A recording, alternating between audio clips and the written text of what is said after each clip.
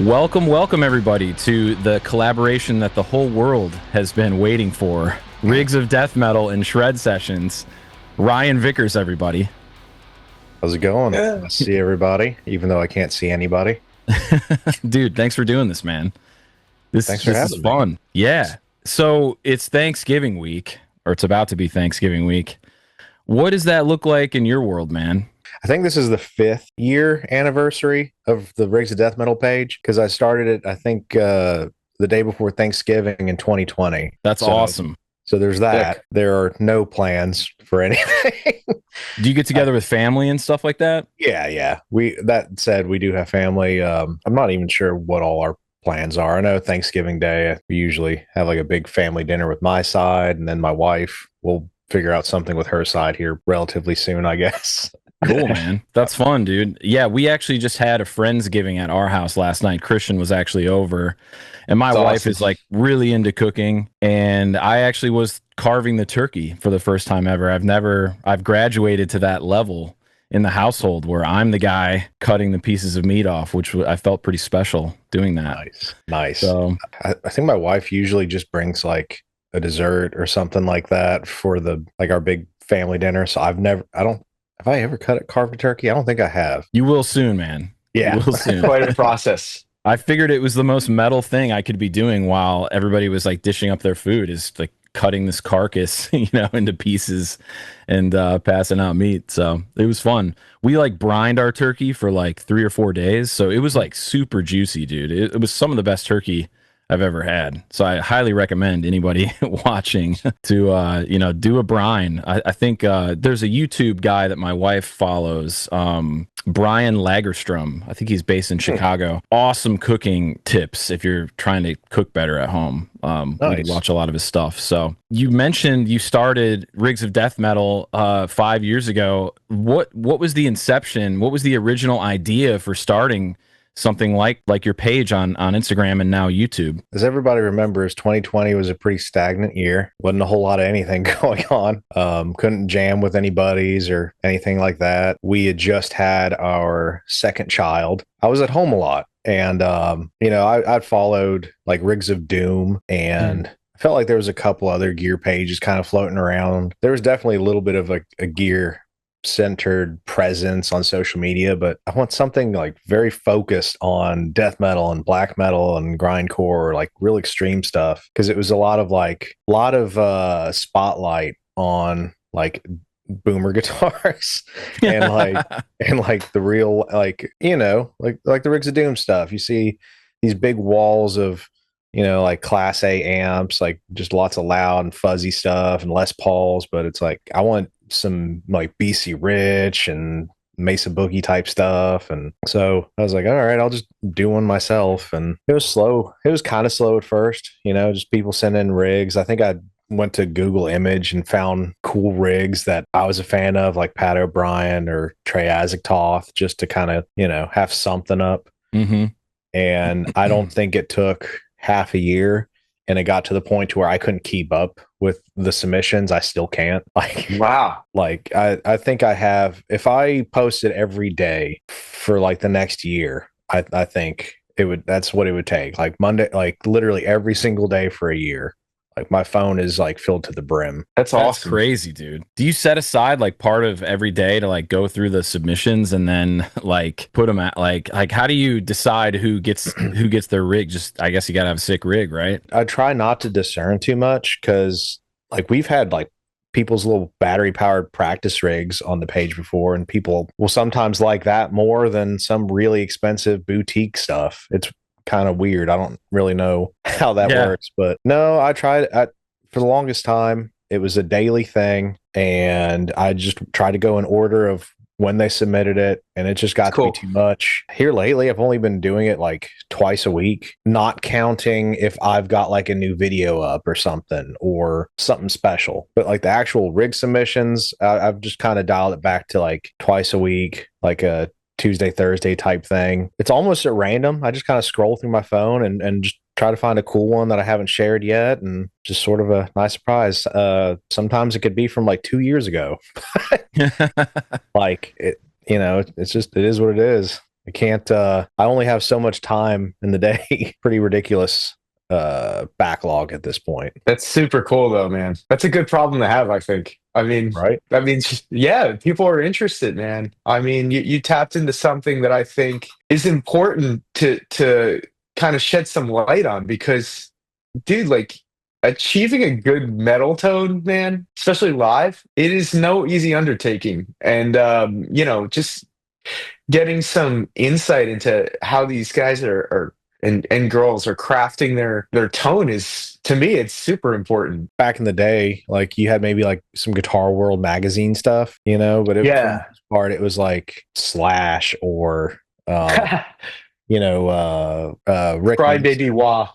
Yeah, yeah, I remember they had those animated like remember that page that had like they had it was pretty cool actually. It was like an animated I forget what it was called, but maybe it was an affiliate of Guitar World, but it had like the animated rig of all of these guys. Like I remember looking at Johnny Greenwood's from Radiohead and had like the homemade tremolo pedal and just it yeah. was really cool. It was cool for me to check that stuff out. So I love what you're doing here, man. Thank you. Yeah. I remember what you're talking about. I want to say they called it Vulgar Display of Power or something like that. Okay. There were like these illustrations of Yes. different touring bands' live rigs. Some of them have been made into memes. There was a Slash one. It was like Boomer saying that tone is in the hands, and then meanwhile Slash, and he has this elaborate, multi-amp rig with racks of gear. I used to love those, man. Like, because they were always kind of in the back. That means you would get to the Mhm. end of the magazine, and then there would be that animated or that illustrated rig. And it was always cool to see what people are playing. Then you kind of dream and think like, oh man, it'd be so cool to have that in my rig. And well, dude, one of my questions is, take us back to the beginning of Ryan Vickers, man, like the young shredder. How did you get into guitar, and how did you get into specifically death metal? So I started playing when I was 13, going on 14, and I'm 34 now. When it first started, I was a kid, so it was a lot of like radio kind of hard rock stuff. Like I was really into Seether and White Stripes. Yeah, dude. And I thought that was super cool. And I played for about a year. I took some private lessons with a couple different local guys, like my first 2 or 3 years of playing, which kind of hit the ground running, I guess, a little bit. Maybe a year into playing, I found another guitar magazine that had like Zakk Wylde in it, and I think Arch Enemy and some other cool bands. And I went down this rabbit hole with Zakk Wylde and Dimebag, and was like, got obsessed with learning how to do like lead playing. I wanted to shred, so spent like there were a good number of years. I spent at least anywhere from 2 to 4 hours a day practicing with a metronome and all that stuff, and um, very like technique obsessed. I wish I would have gotten a little bit more theory obsessed, but um, and then going through high school, playing with a couple different little local bands here and there. All the meanwhile still practicing. Took some music classes in high school. Went to college for music for a year.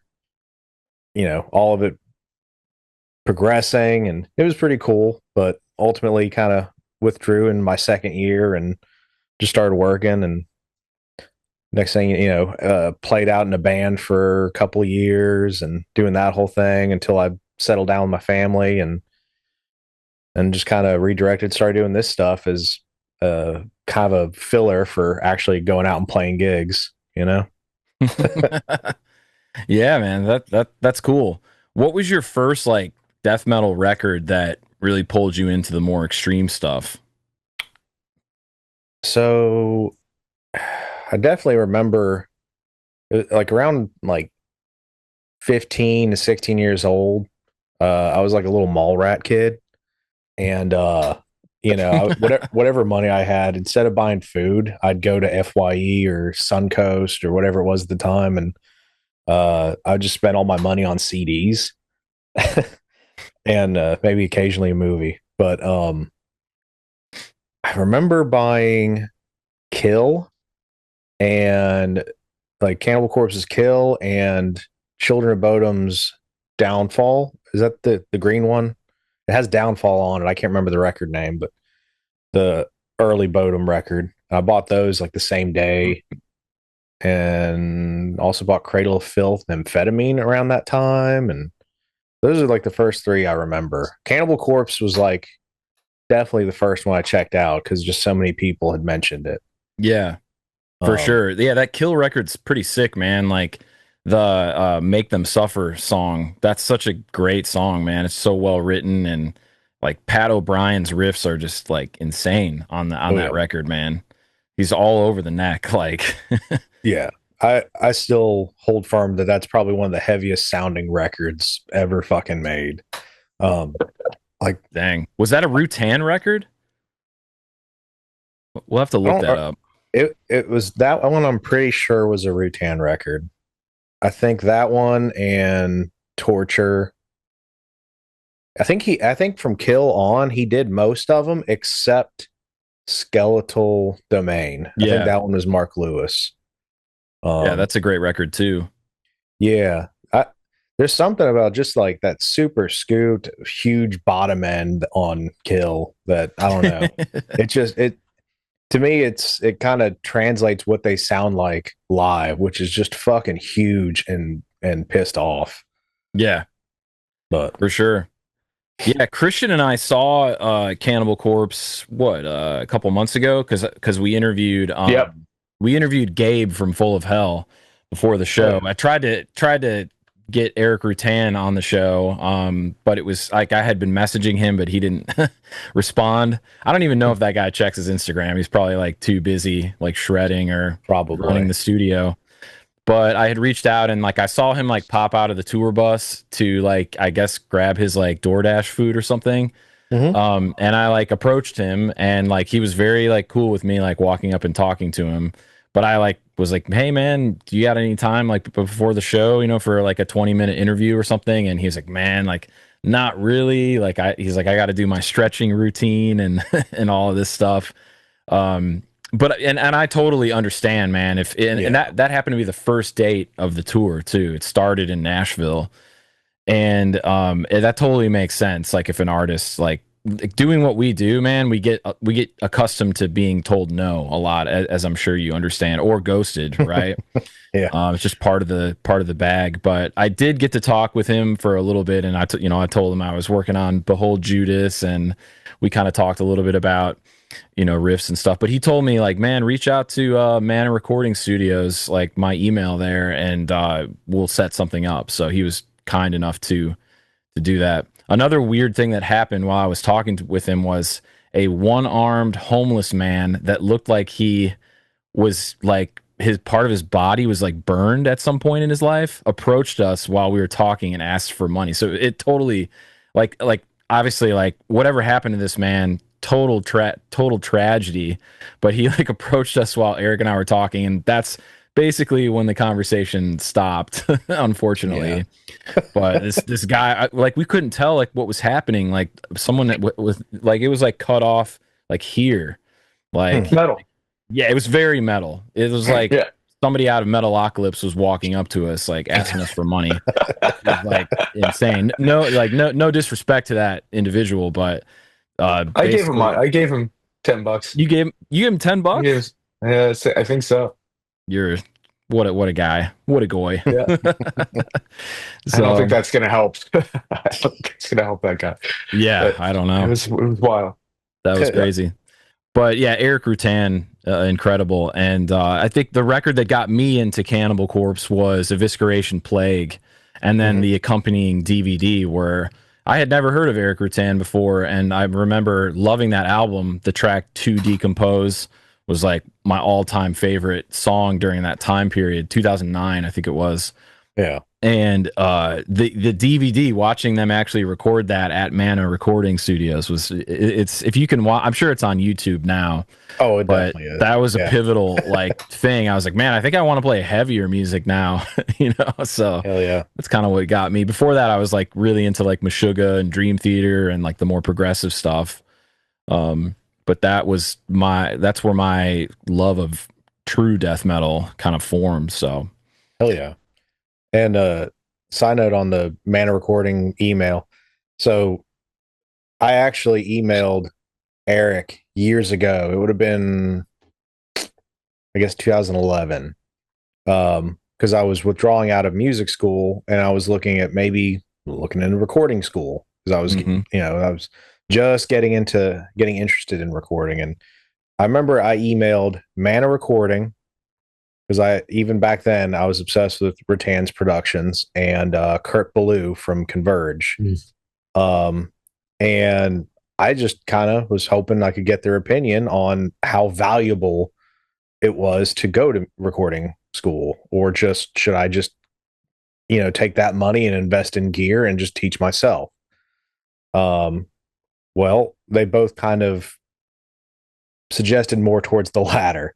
Kurt straight up was like, just take that money, buy some nice, some nice essential pieces of gear, and just start recording people. Like it's, get you started way quicker. Erik was like, yeah, I've got a couple guys that have worked for me that went to Full Sail. It's like I never went to school for it. I've worked with other people that never went to school for it. Really not needed. You know, it's I won't say it's of no value, but I've definitely heard a lot of testimonials, people that never went to any kind of like school for it. They're just self-taught and doing it as a living, Oh, bro, especially now with all of the, different YouTube channels and Mix Academy and Nail the Mix and Spectre Sound Studios. I mean, there's so many people pumping out like great like studio content. Like the thought of even considering that as an option in 2025, just that truly blows my mind. Back when you were doing it in 2011, trying to decide, like that makes sense that you would like email some people that are in the game, and be like, what direction should I go with this? Sure. But yeah, these days, like, Christian went to Berkeley. Like we've had this discussion a lot about like, is music school worth it on the channel and stuff. And we talked with Danny Rabin. He's like a very anti-Berkeley jazz fusion guitar player who went to Berkeley. Right. And he's kind of a polarizing figure. Do you follow him on social media? Morbid Music? Maybe. That sounds kind of familiar. I might have seen like a post from him or something. Yeah, you would know if you followed him because the stuff that he says is he's wild. He's wild. But yeah, what's your take on recording school, Colabelli? Dude, that's so hard, man. Because like some of the technical things that you learn, because I did do MP&E, I did music production at Berkeley. I was doing a dual major, performance and production, and I quickly realized that production was not my thing. But again, that was a very different time period. I mean, they had two giant SSL boards that they were teaching you on. Now you can learn. I really think it's the latter. I mean, I think you just got to start recording people, get good gear, and there's 10 million tutorials on YouTube. I don't think it's worth that type of investment. I think you just trial find someone, like you said, reach out. You did the right thing, man. Ryan, you reached out to two people that you really respect, and maybe they would have taken you on as an intern or suggested somewhere you could go. I think you can, some of the best guys in the industry just learn by apprenticing and doing it that way. I mean, that's what I would do. I'd seek out someone that you really respect, because I think everyone is accessible these days and everyone in music needs money or secondary income. And I would try to study under them and glean what you can from them, Absolutely. I agree. Yeah. Yeah. I've pretty sure it was Ale Levy on the URM podcast. He kind of suggested something similar, like getting out there, just trying to intern. It's like, you're going to do some work for free for a little bit, but between networking and the experience, I mean, it's kind of ends up paying for itself if you, stick it out and kind of think more long term, Absolutely, man. For sure. Yeah, I think developing relationships is just as important. Going to shows, being a part of the scene. There's young bands out there that need help with recording. So if you want to get into recording or you have some equipment, start going to shows and start building relationships with people in your local scene and offer to record them for a very small amount of money. And I think if you do that enough times, you can, you can come up with something that's listenable and like good, you know? Absolutely.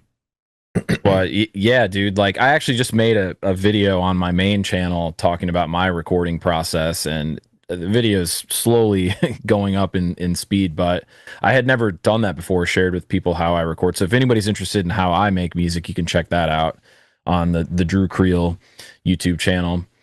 Um, but that's interesting, man. Like that you were considering going into recording. So did you start recording your own stuff at around that time? Did you start to piece together a studio? I mean, I had like what was my original setup? It was just some kind of HP Pavilion PC, like nothing, fancy at all. Mm-hmm. And like an M box, Pro Tools 9. Um, and I think I had what the hell is it called? Like Jam Up Pro, like the Positive Grid stuff on an iPad, and I was recording that for like my guitar and bass tones. And just like Easy Drummer 2, which I still use Easy Drummer 2. I haven't even upgraded yet. Oh, sick. And it works. I can get it sounding decent for what I'm just demoing out ideas anyway, Yeah. Um, but yeah, now I've got like the native Complete Audio 6 Mark II. It's still like a 2-channel interface. It's just natives. Mm-hmm. And I need to upgrade and get something with like more preamps because I want to get set up to record live drums here. My good buddy Lucas Beater, he's the drummer I typically work with, and he's got a recording set up at his place that I'll go over there, excuse me, and track him if I'm wanting to do any kind of project with live drums. I'll just go over there and record him. Yeah. Wait, his name's Lucas Beater. Yeah, and he's a drummer. Perfect. Perfect. I love it. That's Yeah. hilarious. I know this guy in Nashville. I've been in bands with him before. His name is Ben Stix. Like that's literally Nice. his last name, Stix. So, Perfect. and he's a very good drummer. So yeah, getting into recording live drums at home is a real undertaking. I used to have a drum studio next to this room, but we're going to be having a child soon, so we're turning that into a nursery. So I got rid of all the drums and cables and Sure. everything like that. So, but I think in the next, that's a dream. That's kind of a pipe dream down the road to have like a separate building from our house. That's like the shred sessions layer, where we have podcasts and drums and everything. Right. So yeah, man, that's cool, dude. Yeah. The thing you sent me about an hour ago, it sounded awesome, man. So that's Thank Superior Drummer 2 Easy Drummer 2. or Easy Drummer 2. Yeah, Okay. like the dumb simple one. Cool.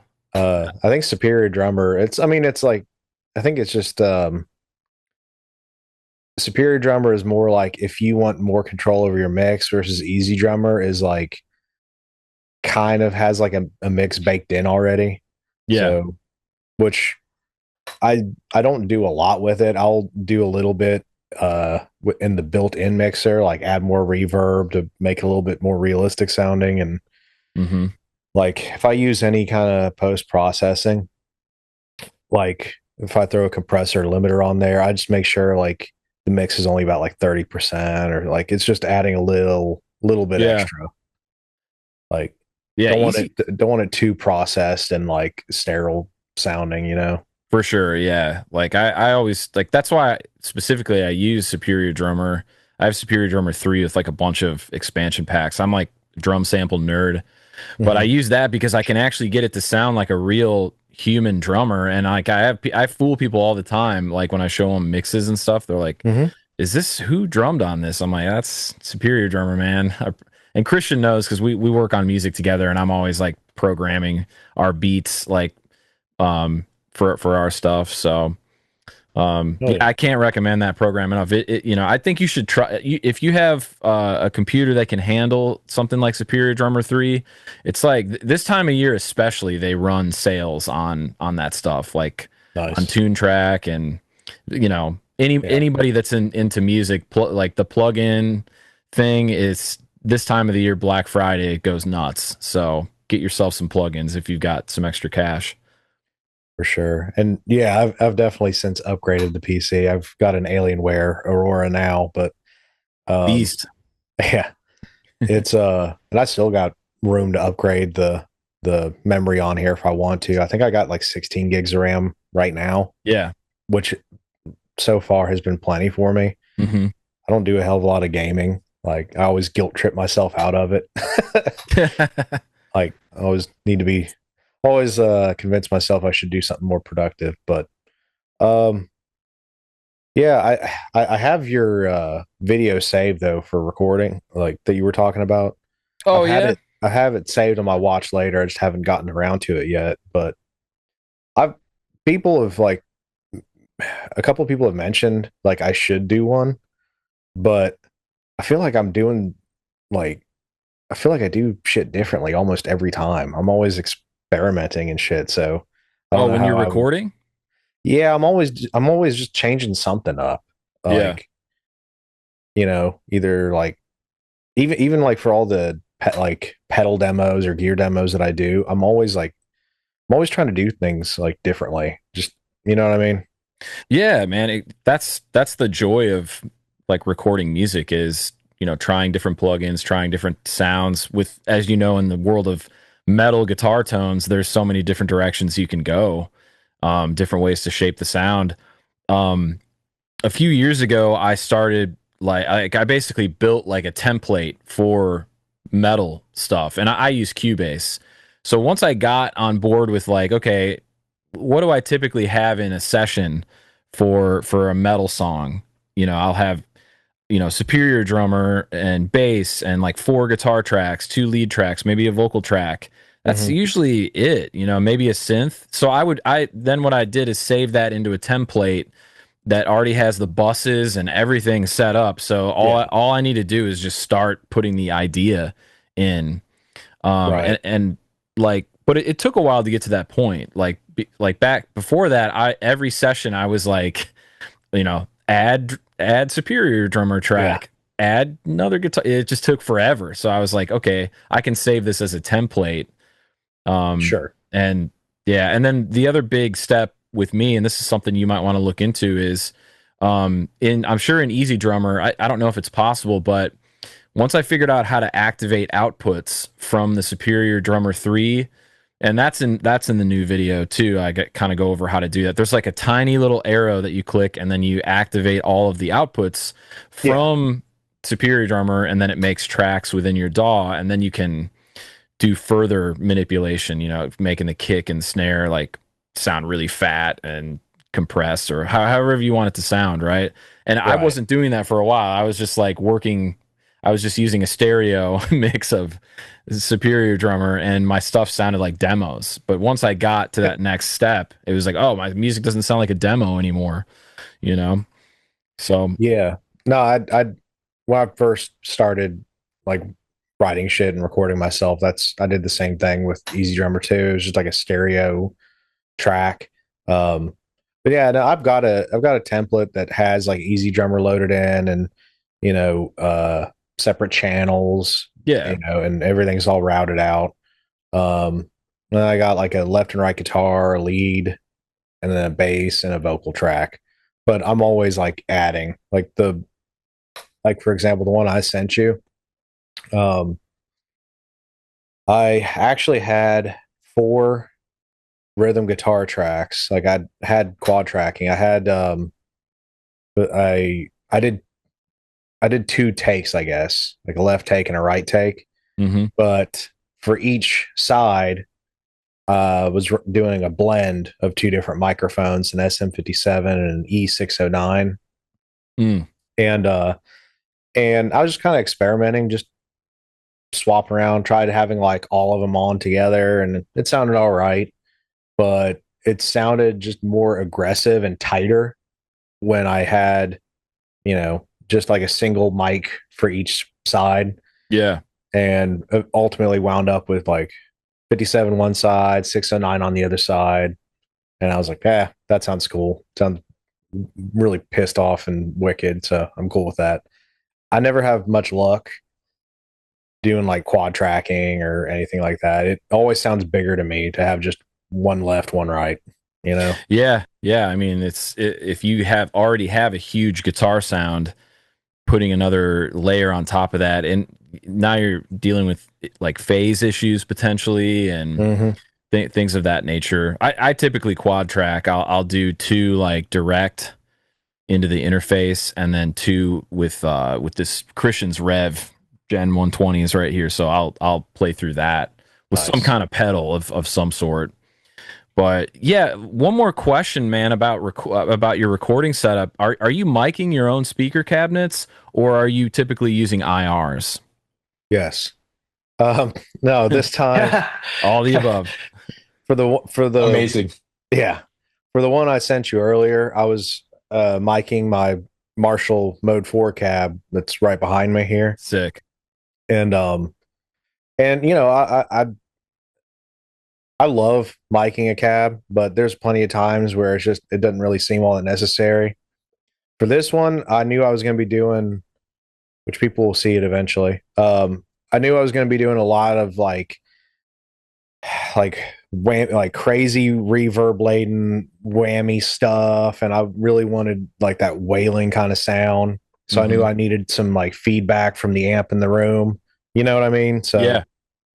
um if I were going to do like a fuzz or something that just sounded huge, then I would probably mic a cab. But I've got like a little Kemper player.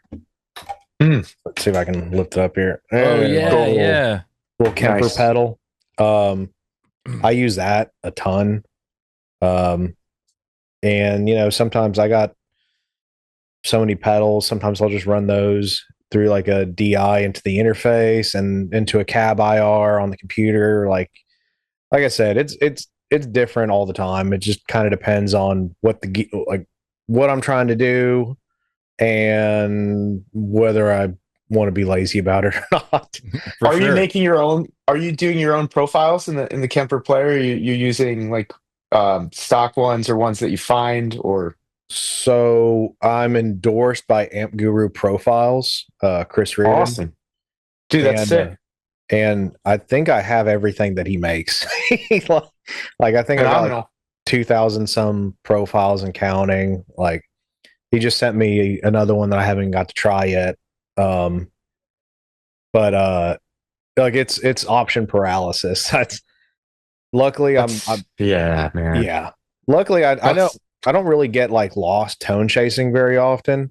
I hate that. I hate that. That is the Yeah, to me option paralysis with all of these modelers and stuff like this. Like I was telling Drew, like I really try to minimize it into yeah, a couple good tones from that rev, lead tone, rhythm tone, some delay in the yeah, in the loop. Man, because you can just I mean, it's amazing that's at your fingertips, but man, that you can lose like years of your life not oh yeah, progressing at your instrument or progressing at the recording process because you're trying to figure out if this tone is slightly better than this tone. I think yeah. that's the worst, man. You know?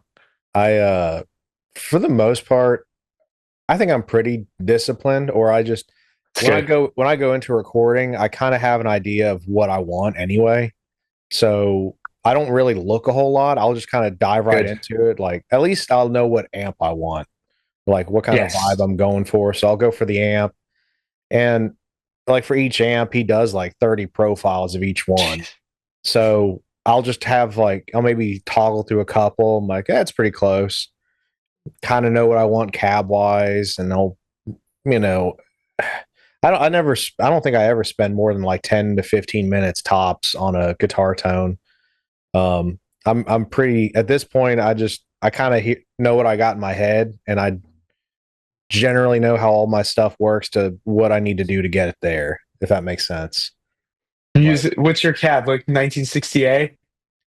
No, this one is it's the Mode 4, the Oh, MF you just said 400. that. You just said that. Sorry, man. Oh, Wow. I didn't even remember if I said it or not. So you're good. Dude, my brain is fried from all the tryptophan and that turkey, man, from last night. It's uh brutal. nah, you're good. Yeah, it's like the 400B, like the straight one.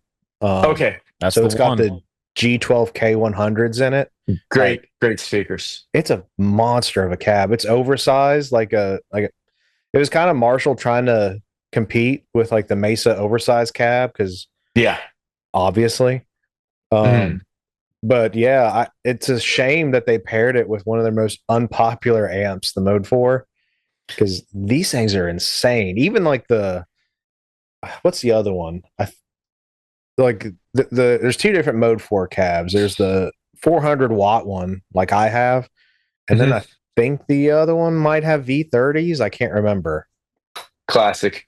Yeah, I'm not sure, man. I was gonna ask you, like, like, what's the deal with the Mode 4 head? Does that thing just sound like shit, or what's? it's a solid state head for one thing. Yeah, I think it's like a 4 channels.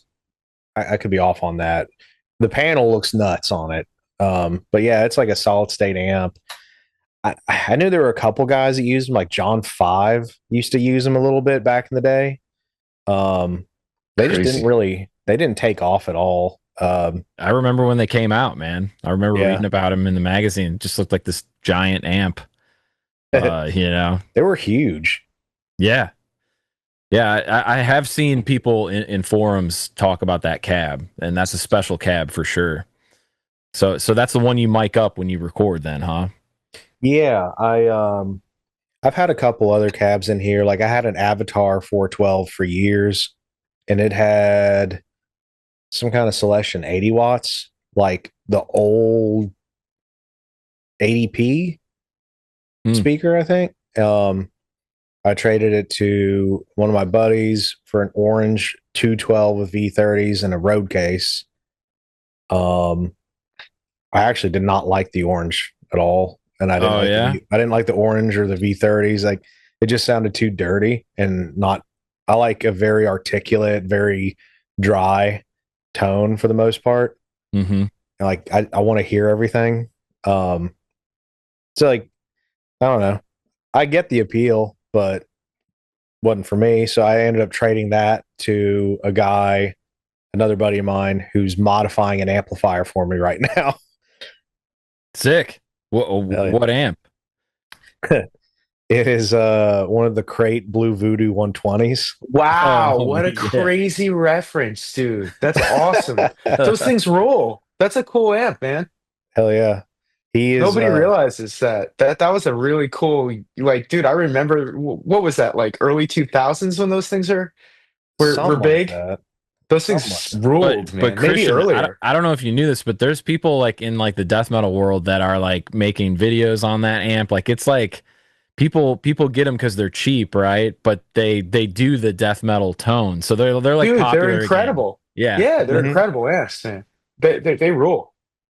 Yeah. Yeah, there's a good few videos out there now on them. I got it. Like the deciding factor for me was Blasphemer from Mayhem used them whenever he was in Mayhem, like their early 2000s Mm. stuff. And Jack Owen used it with Cannibal Corpse. The one I got, it was one of the because they did like a revision on those amps. Hmm. They got rid of the blue Tolex and changed like some of the aesthetics of them. But the later versions are a little bit more like robust and a little bit better, like electronics and hardware. So I got a Mark II 120 watt, Hmm. and like the thing's pretty beastly. It's pretty cool.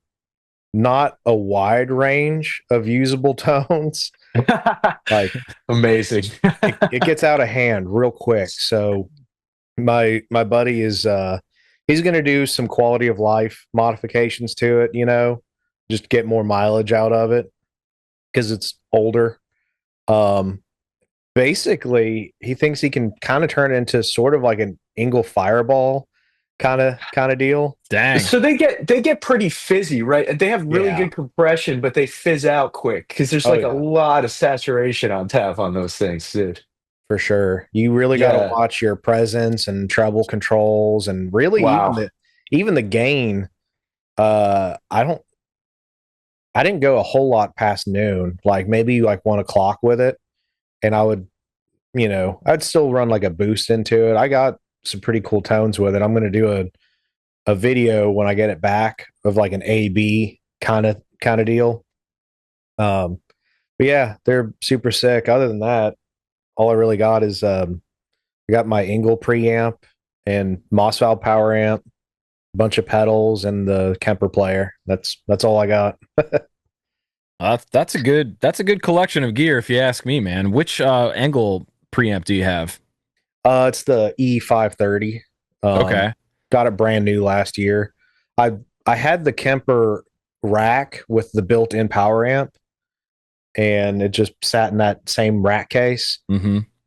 I which I loved it, and it was super nice to have. I had the remote for it and all that, and uh, but I was kind of missing having just some like some tube tone around here. So whenever they came out with the player, I was like, okay, that's it. Because I've never had any luck doing profiles myself. Chris can do them better than I can, Mm-hmm. so I just let him send me anything I could possibly want. So yeah, I sold that, and I got the Kemper player and the Engel preamp at the same time, and I've had that power amp for a minute too. Which those old Moss valves are great. You can get them like 200 or 300 bucks, and they sound killer. Just to drive your cabinet, Yeah, like yeah. a tube power section. Well, it's MOSFET transistors is Oh, what it okay. is. So it's kind of neat. It's a 60-watt power amp, but which normally you think like solid state is like, okay, 60 watts isn't shit. Sorry, can I cuss on here? Oh yeah, of course, of Yes. course. Okay. It's encouraged. Yeah. Love it. But yeah, so where it's MOSFET though, it kind of translates a little bit closer to like tube wattage. So I could very comfortably say it's about as loud as a 60-watt tube head, right? Yeah. Um, and it actually tone wise, I think I won't say it's like exactly, but it's somewhere in between a tube power amp and solid state. Like it definitely adds a little bit of color to it. Mm-hmm. Um, so it's not super sterile like a Matrix or whatever else is popular out there. Which I didn't want that. I want to feel like I'm playing an amp still. For sure. But Yeah, man. One of my friends plays in a band called Gorge, and he uses the VHT tube power with, I think he uses a quad cortex, but it yeah, sounded awesome. And that to me, because I've seen a lot of bands recently play like their quad cortex right into the PA, it hmm sounds pretty good. um but and a lot of these bands are doing like the knocked loose like swollen pickle thing, oh yeah, and to me there's no note definition anymore. It just sounds like static, like right, that guitar tone, and like maybe that works for knock loose, but it doesn't work for the music I play. sure. But I think that if I were to get any kind of tube power thing to drive a cabinet, I would get the VHT. Forget what it's called, what model it is, but it's like a Yeah, one space rack, dude, and it'll drive your cabinet. It's crazy. though I have looked at those. Those are really sick.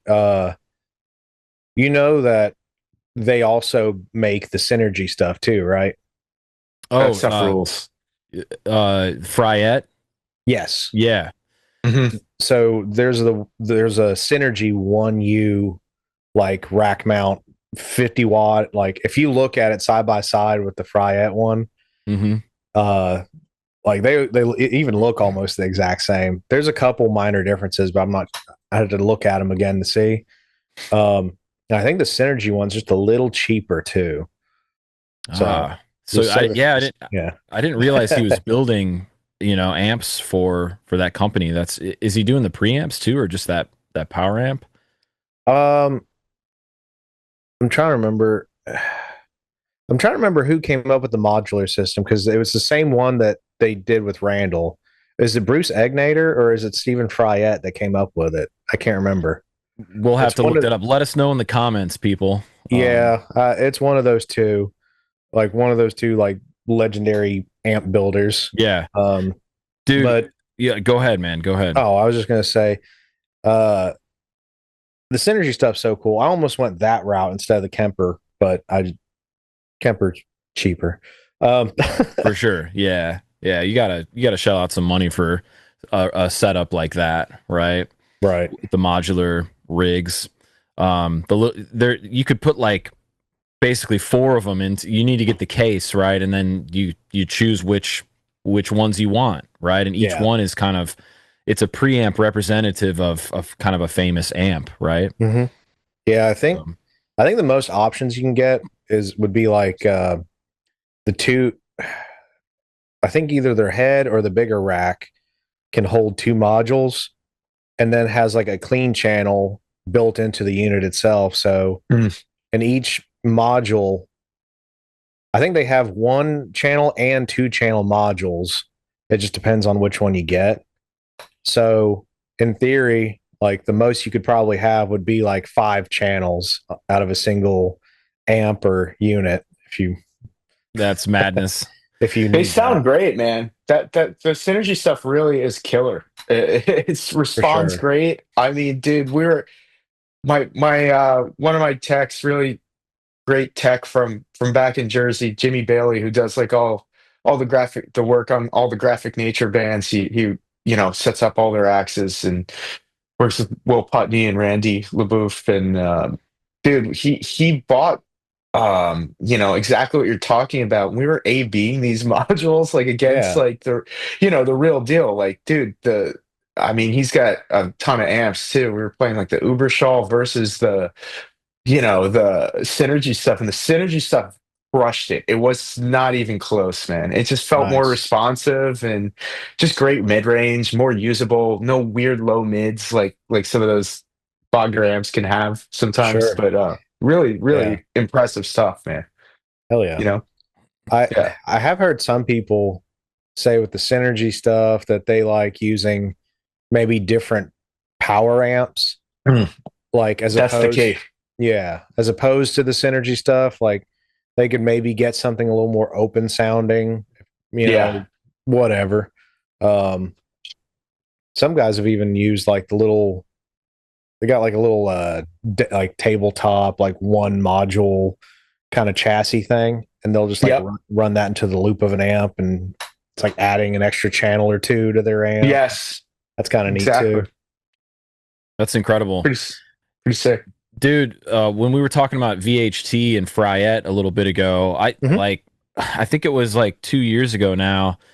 My buddy here in Nashville, Steven Davis, he let me borrow his VHT CLX 100 combo, and it's like Okay. this combo amp. It's an EL34 based amp, and with this amp, you can go from like country to like brutal death metal, like Hmm. with a flip of a switch, basically. Like there's a 6 band graphic EQ.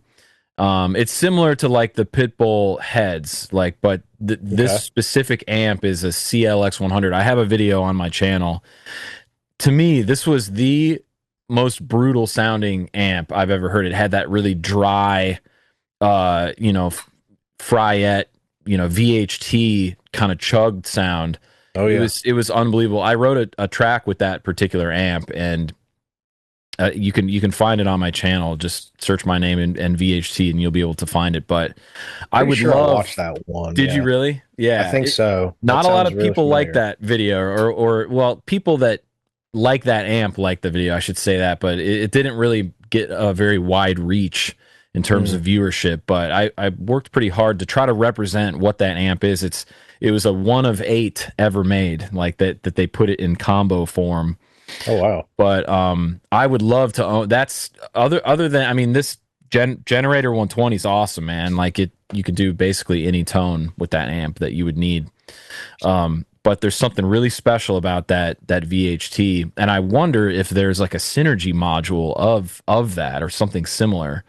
Um, I do you know know if they've, they have a Pitbull synergy module? Is that a thing? yeah, I think just the Pitbull. I think that's the only one they've done. Because Wow. it's like all those brands are under the same distributor. That's why well, except for I guess now they've reached out to Marshall. And did Mesa Boogie do a licensed one, or did they just I think they just copied them. Maybe I Mm, can't remember, but no idea, man. Yeah. I was surprised that Marshall actually licensed out like a JMP module to them, though. Like that shocked the That's hell out of crazy. me. Yeah. Yeah. There's a Steve Vai one. I bet that one's pretty sick. Yeah. He was pushing them in like at NAM like 2019. He was really pushing those things, I think. Yeah. So I think Opeth uses those. no kidding. Like they Wow. use, I can't remember what to. They're definitely on the synergy stuff now. And I know I've seen the green Steve Vai one, and I'm not sure what they probably swap out the other one for different. I think I've seen them with the SLO. Like you could That's have cool. almost any big boutique amp you want with that synergy stuff now. It's pretty That's pretty wild. sick. And they And have an immaculate live tone too. I mean, it's just like next level. Opeth? Oh my God. Yeah. That's an experience, dude. Like look, I'm by no means a massive like diehard Opeth fan. Like, they have some true like super fans, but I've always respected them. And then when I went I actually saw them at the Apollo in Harlem. They did like 2 nights there, and dude, it was unreal, man. It was a Wow. life-changing show, and it's not like I'm like super. I know like Blackwater Park, I know the classic record, and like I really like the newer stuff because they got more into like the weird like 70s prog. But watching that shit live, dude, those guys are masterful. It was just immaculate experience, and a cool theater, obviously, to check that out. Yeah. So yeah, for sure. That's awesome. yeah, What's man. what's the most blow your hair back live tone of a band that you've gone to go see? I was going to ask you the same thing, man. I think Meshuggah's up there for metal. I mean, that was pretty life changing. I felt like when I saw them, it was the oral oral equivalent of Alien the movie. That's what I felt like was actually happening. I was Okay. having like an out of body experience because it Oh yeah. was, they were just so dialed in. I mean, there's, that's when I think they were bringing that. I'm pretty sure that's when they were testing the prototypes. The tour I saw, they were testing the prototypes of those. Oh Fortin? man, yeah, the Fortin Marshall ones. Remember the Marshall Meshuggah that they Yeah. did Oh for like yeah. they were using those, man. And I was just like, that was like the era when um Thomas was dating Jessica Pimentel from Orange is the New Black, and I was standing right next to her, like right by the sound booth, and just getting like my face absolutely like melted by how unreal the tone was. I think that's right before Frederick briefly left, to like work on whatever he was working on. And So you saw him with Per Nilsson. no, I saw him with right before Frederick Peace Oh, to okay. go work on his stuff, right before Pierre got in the band. I don't know, man. That was like that was pretty dialed in. Um, I'll let someone else speak on who that, and I'm sure there's other ones that I could come up with. But what was it for you, man? Because I meant to. I mean, that was one of my questions for you. Like you're an aficionado here, so Hardly. you know. Um, it's funny you said that because Meshuggah definitely came to mind for me because I saw him in Nashville with Cool. High on Fire of all people. That's the tour that I saw, man. Oh, okay, hell yeah, Yeah, I Yeah. was at that show too, Ryan, in Nashville at Marathon, right? nice. Yeah. Yeah, We just didn't know each other, man. yeah. No, they sounded incredible in their live show. The whole presentation was insane. Um, I don't know. That was I've seen a lot of really crazy live bands. Like I've seen Tool and Guar. I saw Midnight play where they were like this close to me, and that was a party. But That's awesome. Meshuggah's up there, and Cannibal always sounds amazing. Um, I've seen them like 3 times, and it's just punishing every time. So yeah, Absolutely. probably Meshuggah and Cannibal. Cool. High on Fire in a completely different way as well. I got to throw them in there. Dude, I'm I worked at Eventide as the product manager of effects pedals for Mm-hmm. like 5 years. So I became friendly with Jeff, bass player. Dude, unbelievable dude, and like so dedicated to the craft. Like plays all these traditional Turkish instruments too. I Yeah, mean, he's a wild, wild guy. And their tone is like for their style. That tone is just unreal. Well, they kind of It's perfect. Matt Pike kind of invented that thing, with Yeah, dude, he sleep and rules. yeah, He rules. hell yeah. I would say. Um, gosh, man, like it's really hard to top Meshuggah. I'm definitely with you guys. I don't think I've ever seen Meshuggah and it not been like a masterful like set where it's just Mm-hmm. everything is dialed, no issues. The lighting is enhances the show so much too. Yeah, But it doesn't really matter what those guys play through because I think I've seen them play. The first time I saw them was in Cincinnati, Ohio, in like this would have been like 2013 for the Coloss tour. Then Animals as Leaders Wow. opened, Oh, and they were using all digital that's stuff. I cool. think it was like Axe FX 2 or something, and he was using Frederick was using a like a Behringer switching thing to hmm. do all of his preset changes. Um, and then, more recently saw him at Marathon. And something I'll say about Marathon Music Works is if you're a heavy band and you have a lot of information in your music, it doesn't always sound good in that room because it's a very boomy, Mm. washy kind of room. But Meshuggah just sounded incredible in that room. And I've seen different concerts there. I saw Steve Vai there. I've seen bands like Tycho, like electronic music sounds incredible in Marathon because it kind of thrives on that reverberated kind of space. But Hmm. when I see metal bands there, sometimes it just does not sound good, man. And in fact, Christian and I went and saw Cannibal Corpse at that same show I was talking about earlier, and it was a little tough to hear some of the note definition from Brandon Ellis and Erik Rutan. I can tell they're just up there crushing it. They're all over the fretboard. I mean, I've learned those Cannibal songs. I know the amount of information that's in them, Yeah. but I don't know if it's the triple rectifier or what, but it was really hard to hear what was going on. Eventually, I moved over to Eric's side of the stage and kind of stood in front of his amp. And once I was getting that pure amp sound coming at me, I was like, okay, this like I can hear what's going on a lot better now. Hmm. But I don't know if you guys have had that experience with Cannibal. I mean, what's your take on that, Christian? I mean, I that was my only time seeing Cannibal, and honestly, it kind of I got to see him at a different venue because I said the same thing to Drew. I felt like the way that they had those triple Rex EQ'd was so scooped. There's like very little mid range, and it was just so much high end fizz coming through. And I stood like at 3 different parts. I was just trying to move to find out where I could get the sweet spot of it. And I stood, same thing. I stood on Rutan's side, and even when he was taking solos, he's got some his boost. He definitely has like it's like a almost like a harmonic exciter. Like he's got like like a treble boost happening too on his solos. So Hmm. that really accentuated the high end frequency. I'm telling you, I could not discern pitches. Like it was very tough. And I don't know if this is a triple rec thing because like Drew and I were also at and I love I had an original version triple rec that I love that I wish I never got rid of, but I was really big more on the vintage channel than the third channel, to be honest with you. I thought that was more just better mid range. But Yeah.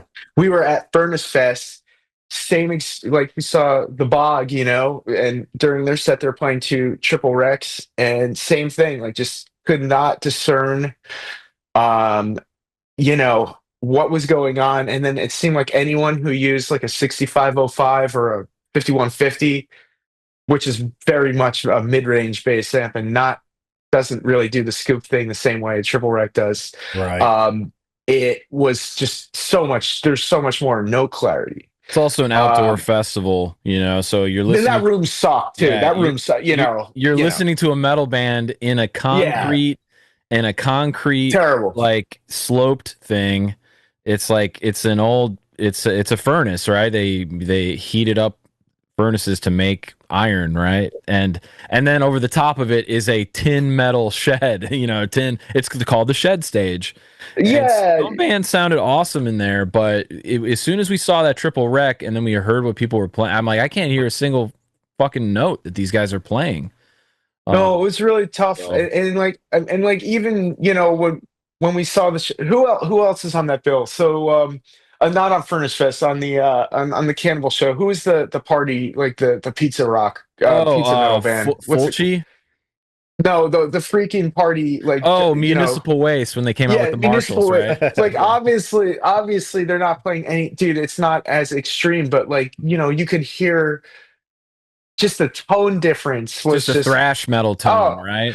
I mean, what you're doing in Cannibal Corpse is just the most extreme of extreme. It's like, dude, it's walking a tightrope. You either have that dialed, and if you're off by like a millimeter for how you're miking it that night, and you're never going to translate it the same way. So it's just, I don't know if it's a triple rec thing, if it's that room. I need more information before I make a discerning judgment on that. But Yeah. I mean, it was still punishing, but I just, you have such quality guitar players in Ellis and Rutan that I want to know everything that's happening there. And it was just, Sure. I think they got cheated by by the mix in that room, man. So Definitely happened. one other, I just gotta make this comment. One other band that, again, not like a massive fan of this band, but saw them, but a fan, but not like a diehard. Saw them at Orpheum in Boston. Nine Inch Nails, absolutely immaculate live band. Like, I mean, if you want to be blown away by like just how meticulous live sound can be, go watch Trent Reznor do his thing, man. I mean, Nice. even if you're on the, I think I just went because I had nothing to do, and my friend was like, "Hey, I got an extra ticket," and I was like, "Wow!" Like, I went back and like actually listened to some records more in depth after watching them live, which is like a testament to like a good concert, I think. So, but sorry, don't want to hijack it any longer, but Yeah. Yeah. I used to be such a bigger like Nine Inch Nails fan. I don't listen to him as much anymore, but I always did have like a huge appreciation for Trent Reznor, like he rules. indefinitely. Man, I thought of another really awesome live band. It was Morbid Angel. The first time I saw No them, way. specifically, because it was a cool lineup. Withered played and they sounded great. Revocation was there, Suffocation was there, and Dude, they're good live. Suffocation rules. oh yeah, they Yeah. they fucking kill it every time. And it was interesting. Every band played either an EVH or a PV, like 5150 variant, right? Yeah. Except for Morbid, who of course were playing JCM 900s. Wow. And dude, the difference was enormous. Like they just sounded so much bigger, so much heavier. Like, and people knock on those amps, but yeah, it's Morbid. Like those guys are so dialed in. Like Trey's a freaking legend, but like I think they might not be everyone's first pick for like a really extreme guitar tone, but the inherent mid-range presence of Marshall amps in general, dude, it's hard not to stand out in the mix. You really have to cut the mids out to you know, to even get it to sit where it's supposed to. Otherwise, you're just out front and center the whole time. Yeah. Like, I love that. Me too, man. You want to be hurt. Dude, don't you think it's tough to find the right 900 though? I feel like one out of every five is a really good one. You know what I'm saying? Yeah. I honestly, I get kind of mixed up of there's a three variations of it, really. There's like an Yes. SLX, dual Yes. reverb, and I don't even remember the other one. I don't know it. But you're right. There are multiple variants of that amp, dude. And everybody seems to have a different opinion of which one's like the good one. Hmm. I know Carcass used the SLX, or at least I think they did. And I know, of course, Trey used the dual reverbs. So I've heard a lot of people get good tones out of every Both. iteration. So it's like, Okay. you know what I mean? I don't know. So yeah, totally, man. Totally. Yeah, it's certainly all on how you use the gear. And you know, we're talking about the scooped triple rec tone just now, and I've heard it sound good before.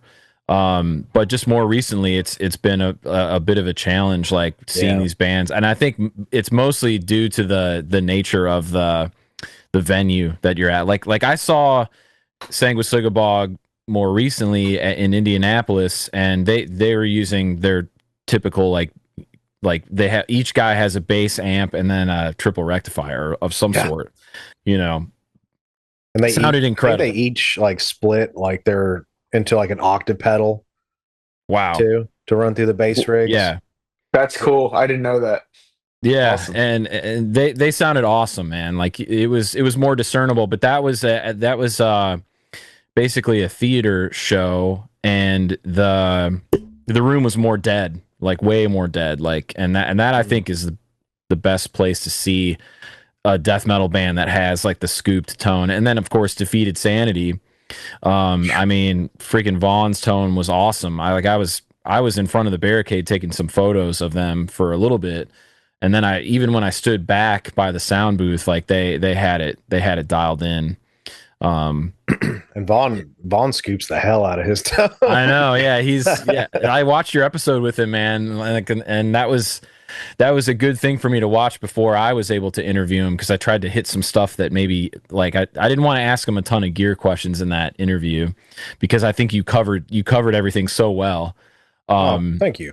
yeah, that was great that you did that, man. And he's such a sweet guy to hang out with, man. For Very sure. generous with his time. And but yeah, he sentences all of his mid range to hell, right? So that's what he said. Like, it's all That's sweet. awesome. Yeah. And that works perfectly for that band. But that's part of that sound, right? They're trying to create something that's just so visceral and brutal that you don't really have much of a mid range at all. I don't know if I'll do that with the music that I play, but I sure as hell love listening to it. You know.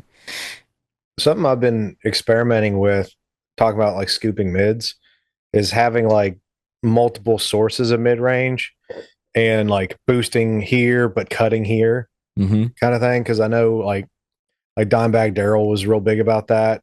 Yeah. You know, everyone just thinks he just scooped the hell out of his tone, which on the record I could hear how you would think that that's all it is. But cutting at one source and boosting at another source to kind of balance out, you can get the scoop tone without completely disappearing in a mix.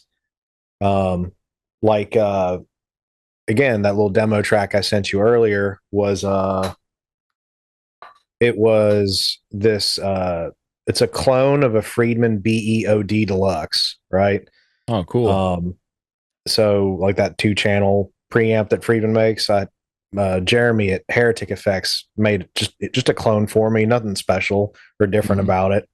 That's just in a cooler casing than what they sell, right? Yeah. And the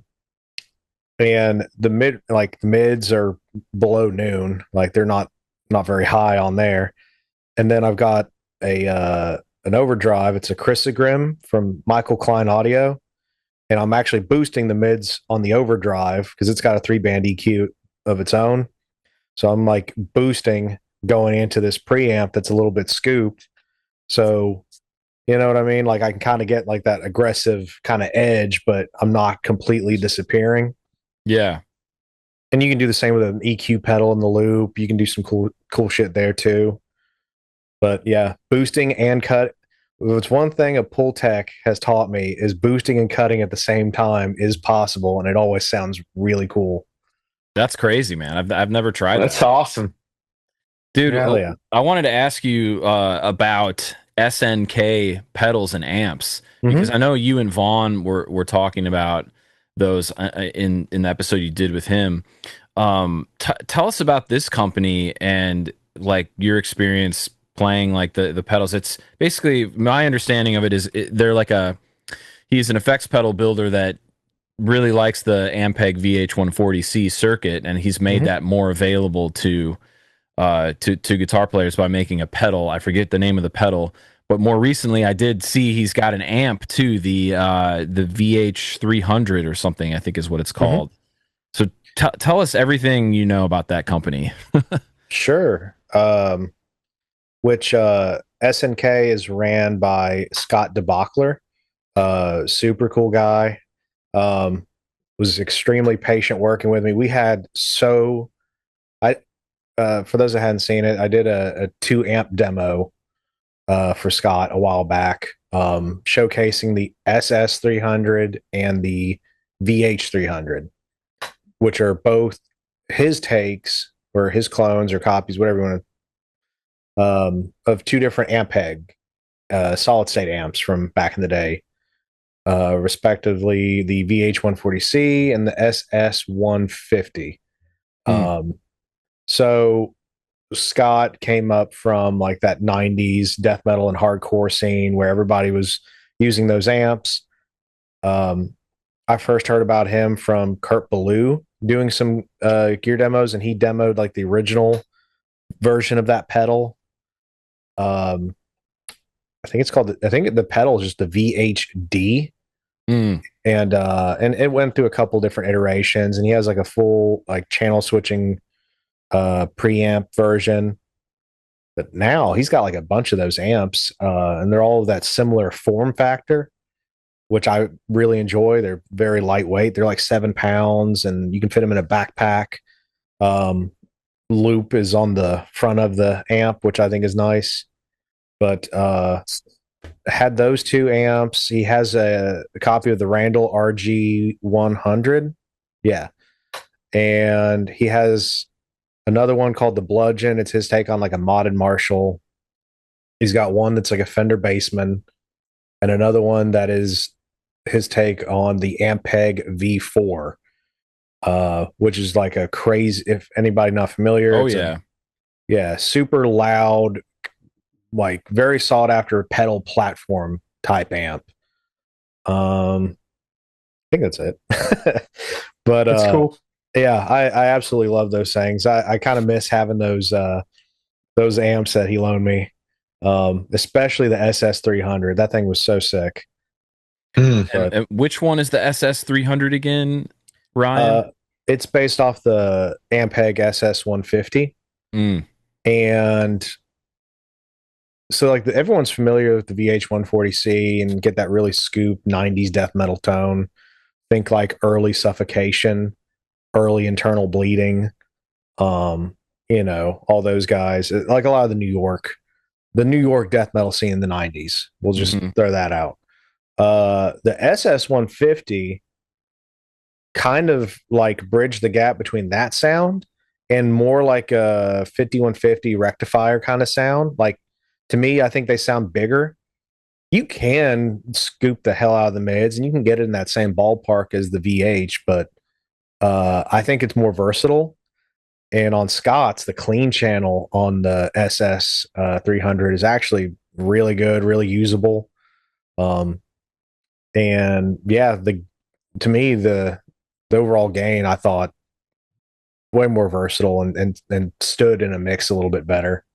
Mm. But And so it's basically like a small little solid state amp that you can get these classic tones for like $1,000 basically, and you can run yeah, pedals into it. It's got an effects loop. It'll drive a cabinet. So to me, like if you play metal like that, that might be the move, man. Like rather than going and getting an original VH140C, like or who knows if it needs to be recapped or it needs like Oh new yeah. parts or something, like they could be somewhat problematic, right? Yeah. Um it that I think what that guy is doing is really cool, and I just wanted to Yeah. highlight that. I and if you're wanting like an all-in-one solution for sure, like those amps are great. They're built really solid, like all metal housing and all that Yeah. stuff. The used market on those old amps is insane and unjustifiable. And anybody selling an Ampeg VH140C or Crate GX130, which is because Crate and Ampeg were owned by the same company at that point in the 90s. No way. So everything Ampeg put out, like the VL, whatever, they had a tube head at the same time. Mm-hmm. Crate did the same thing. It's called the Stealth. Uh, Wow. so Crate had a cheaper version of every Ampeg amp from the 90s. And even those are going up in price now because people have caught on. Anybody selling them for over $300 to $400, I hate you. And you're an a-hole. Like, Well, like what's some prices that you've seen, man? Like that those old amps go for. somebody was selling the Crate GX130 for like seven or eight can't talk, $700 to $800. That's Wow. absurd. There's no reason a solid state Crate amp. Yeah, that's absurd. Like when Truly. I was in high school, you couldn't hardly give away a Crate. Like people like dogged on them so bad. Oh, it's meme. It's a meme. Yeah, Yeah, and totally. now I don't know how the Blue Voodoos haven't jumped up yet. Maybe they will soon. I don't know, but After like this, they will. After the after maybe, this podcast.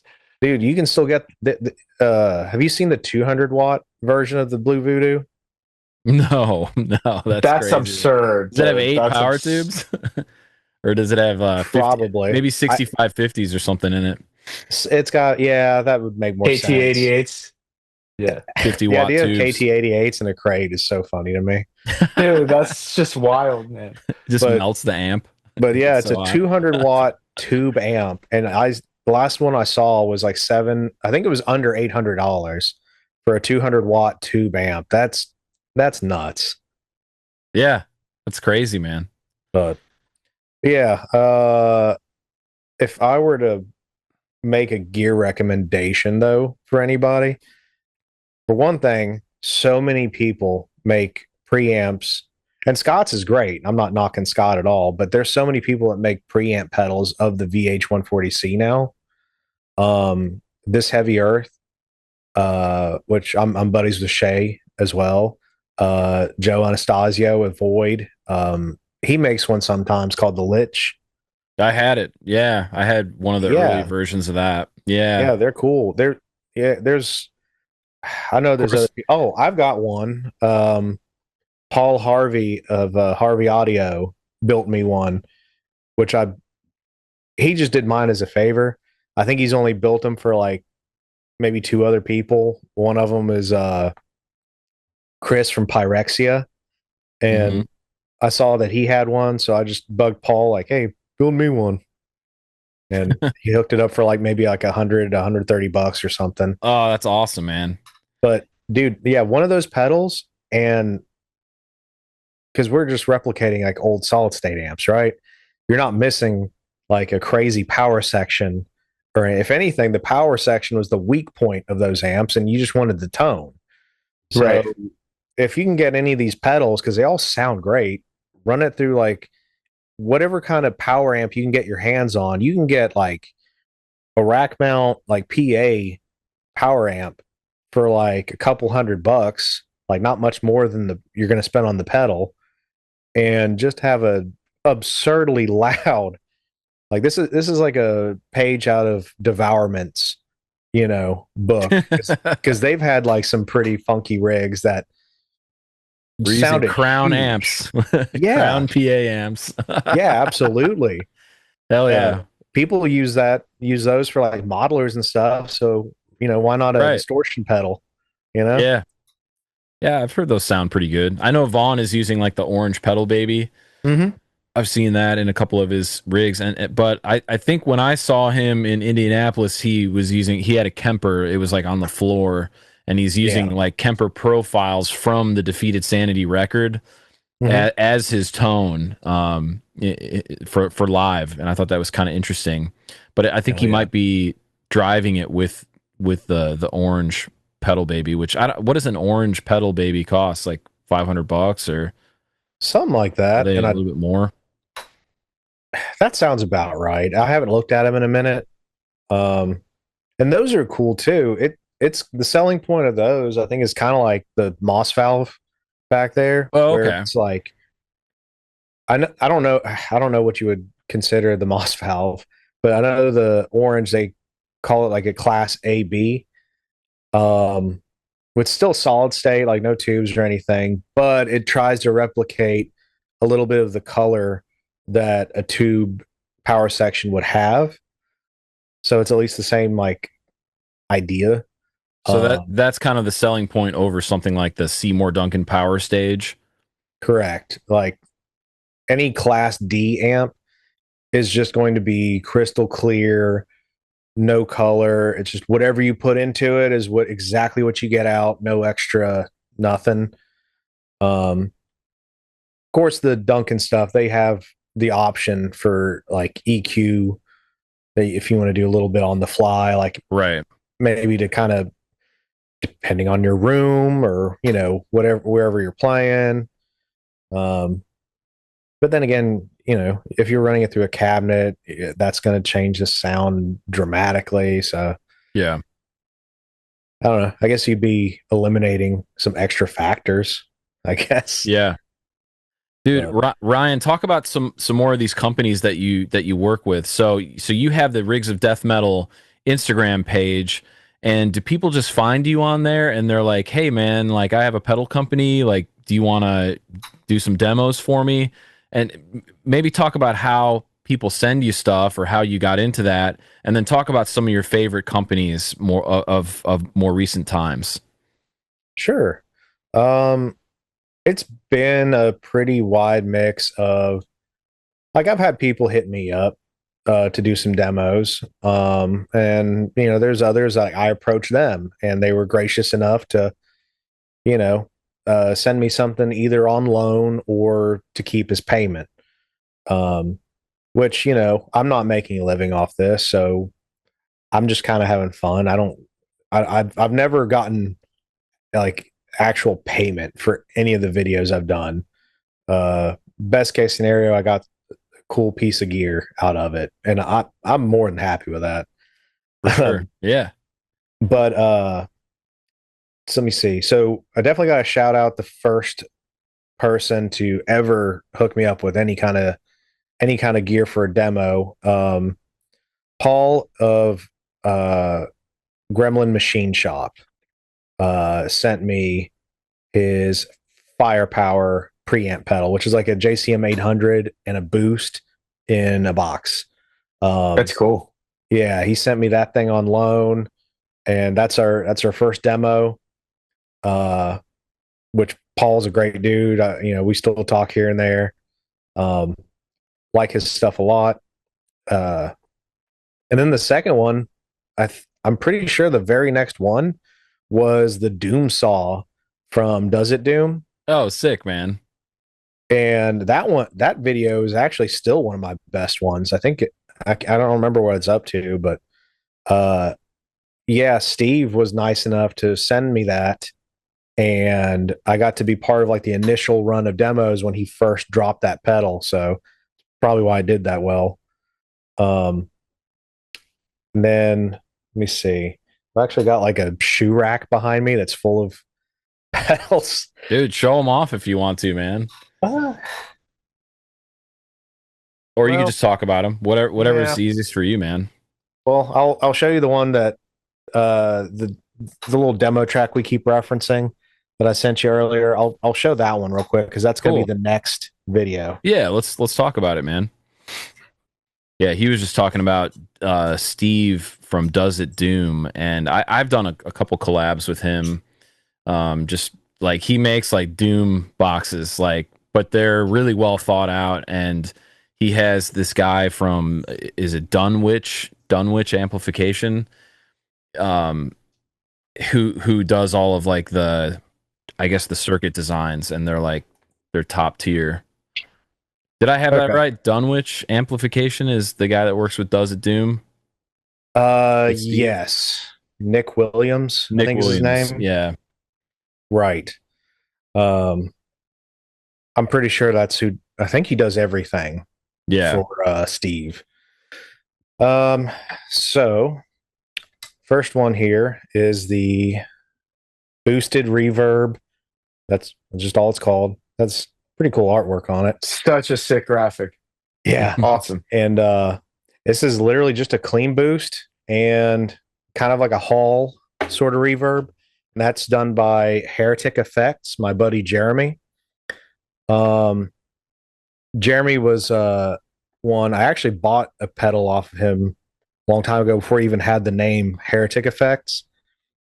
And Heretic actually endorses me. So I've got, what do I got? 4. Well, the boosted reverb, this is a loaner. This is just his demo unit. Mm-hmm. But I own 3 of his other pedals. Here is the Friedman clone that I was flexing earlier. It's awesome. Kind of like a green sparkle kind of thing. Beautiful. I went with this graphic of Hercules fighting a Hydra. Sick, dude. Essential. Good job. Yeah, that's where the tone comes from. And then I was actually running those into this guy. This is the higher power, and this is a 60-watt power amp, and that is made by This Heavy Earth Effects, my buddy Shay. And I was just running that, using that to drive my Marshall cab. Sick. 60-watt amp in a little box like that. That's crazy, dude.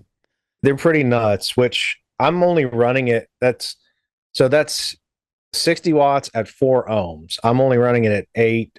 So it's probably more like 30 to 35 watts, but it's enough for me just recording here at the house. Yeah. I have to crank it pretty high up whenever I'm actually jamming. Like I've used it to jam with a full band and I can hear myself, but I've got it just about dimed. But again, I'm not using the full wattage like I would like to. I need to get another. So I keep telling myself it's an excuse to get another cab that I can run 4 ohms.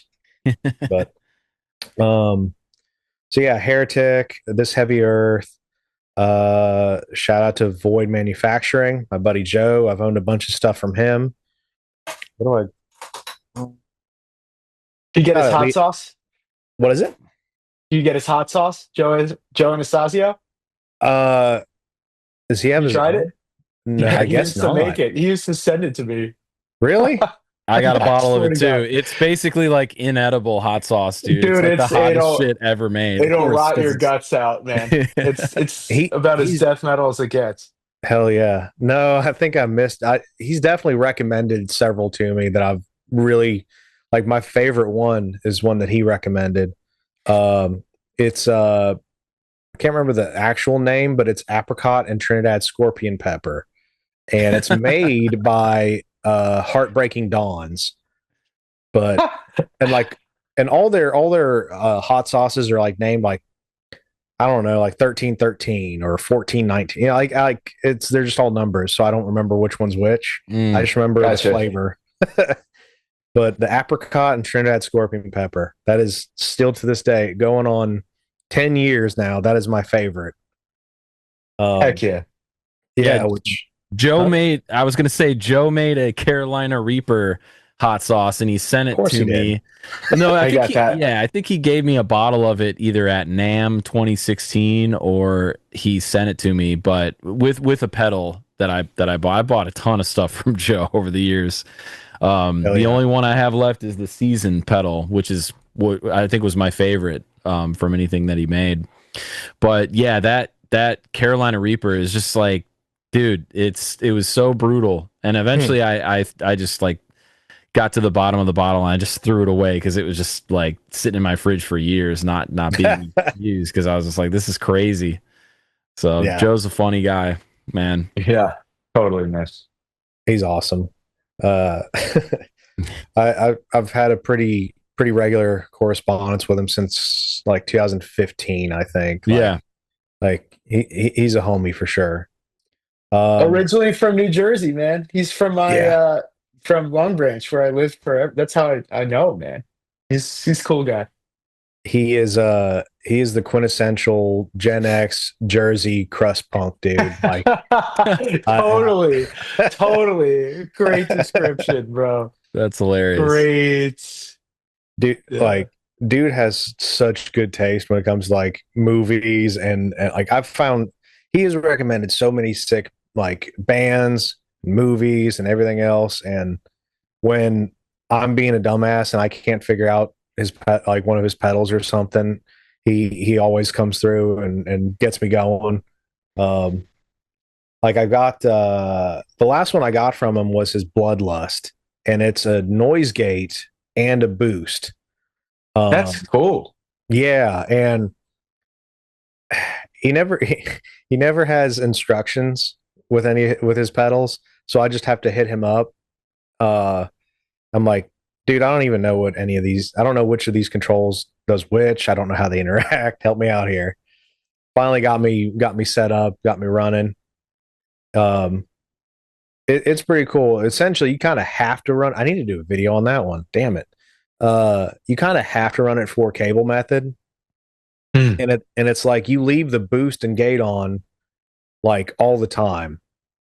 So the boost is just like a volume boost. So you just set it to whatever you want it at, and you leave it, and you turn the gate off whenever you like want to do a lead part or something.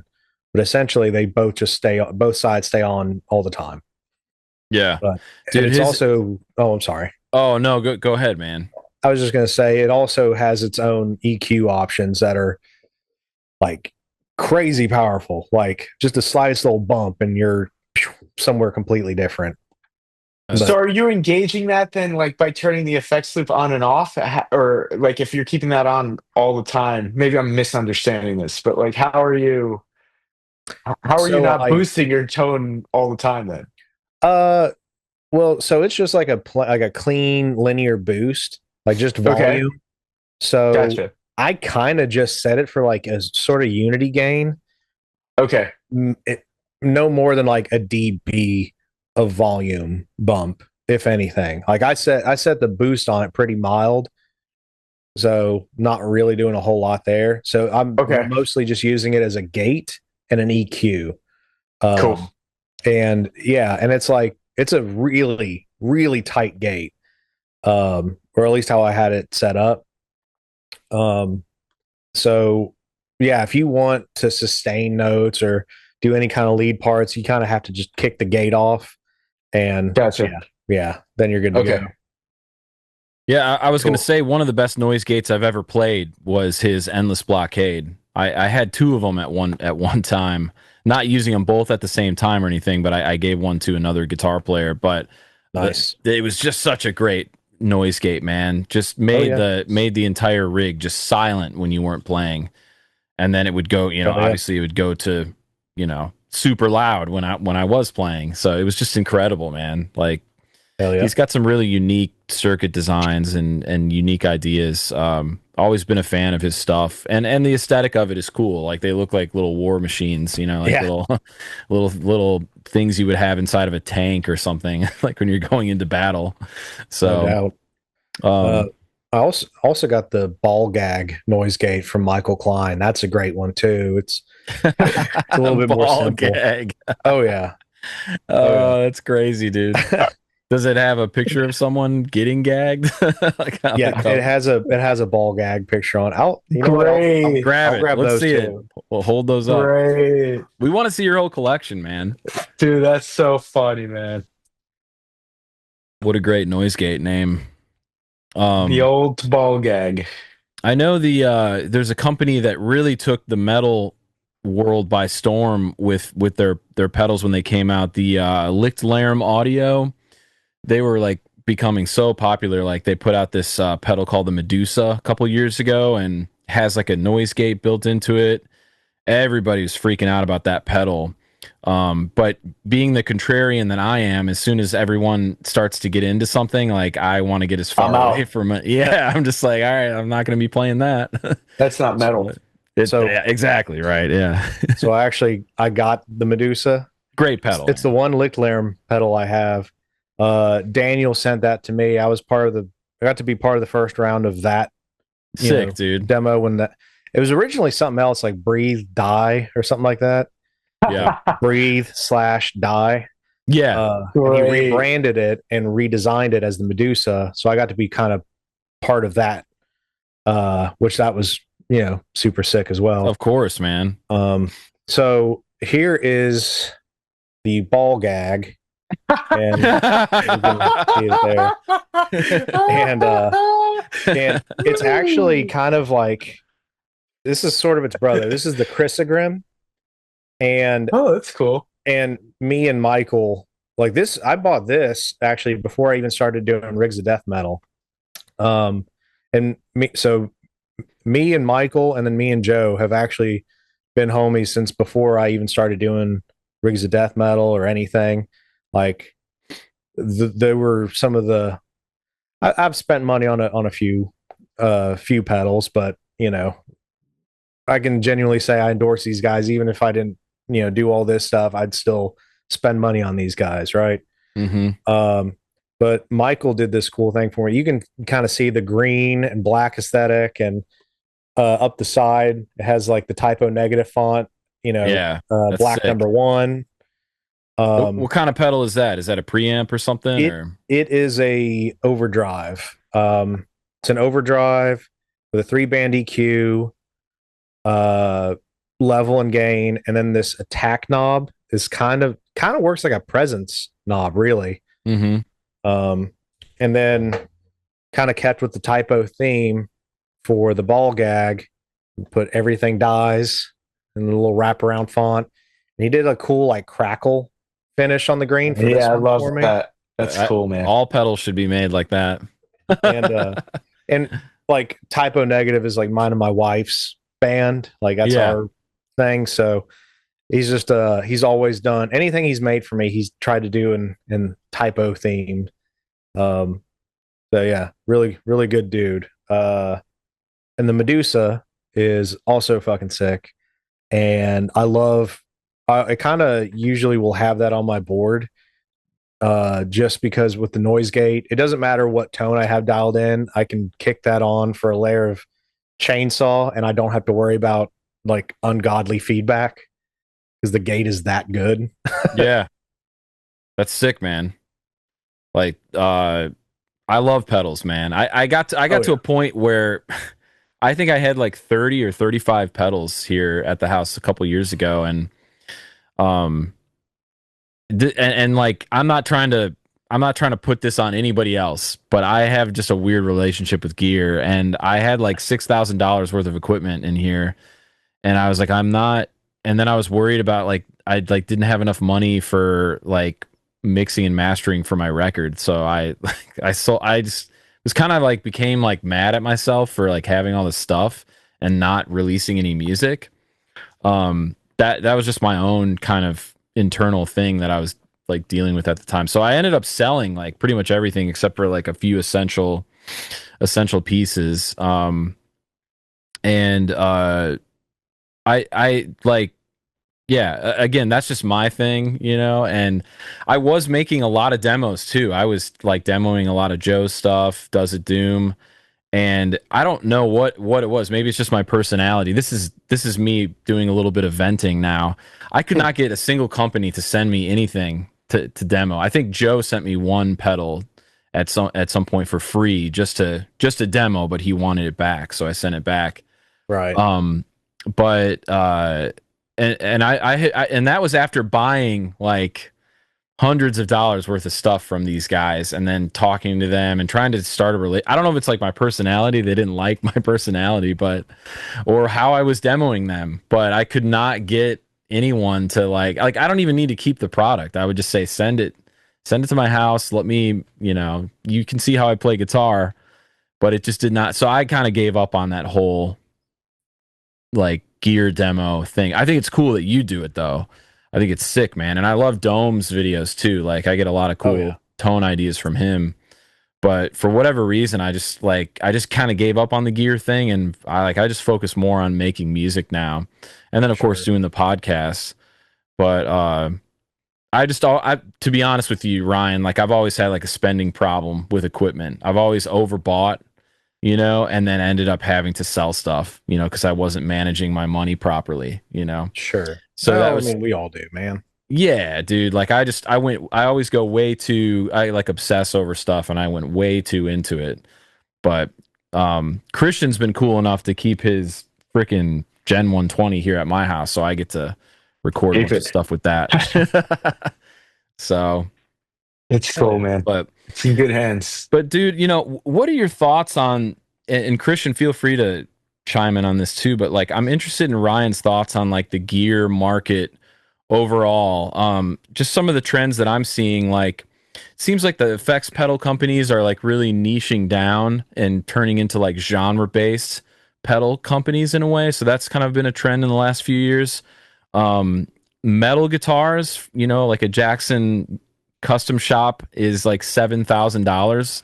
My question is, who's buying those guitars?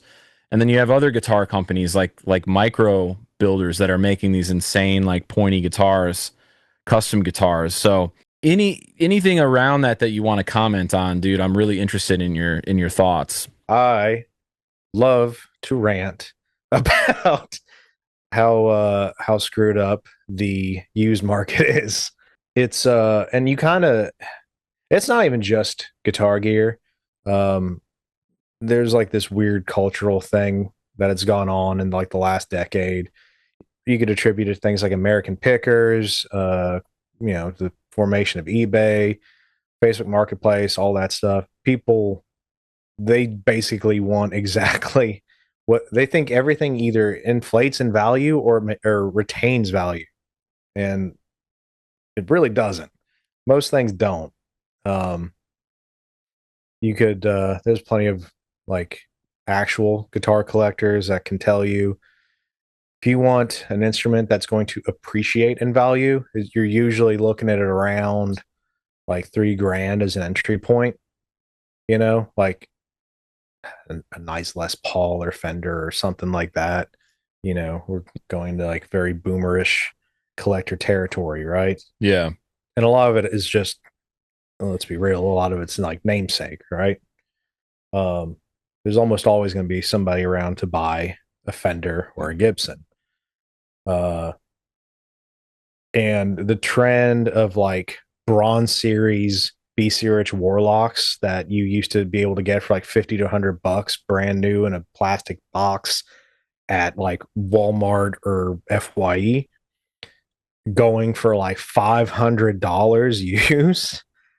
Like I love the fact that like death metal has become like kind of like the cool hip genre again, to where even like metalcore bands and hardcore bands are kind of like nipping away and borrowing aesthetics and sound and things from death metal. It's cool. I'm here for it. More power to everybody. Everyone should be able to have fun and do whatever. But people are using that as a means to try to make a profit off things that have no right being half of what they're asking. So yeah, very frustrating. I think the value of the dollars is struggling right now too. Like there is a little bit of inflation going on. And so generally things, if you wanted to buy a new guitar or a new amp, it's a little bit more expensive, right? Oh, So for sure. I think that kind of trickles down into the used guitar market as well. It like where people are like the thing itself is maybe a little bit more valuable than it was before the pandemic, let's say, if it was used, right? Yeah. It's an interesting thing too, though. there are these no name like budget brands. Like let's take something like Firefly for example.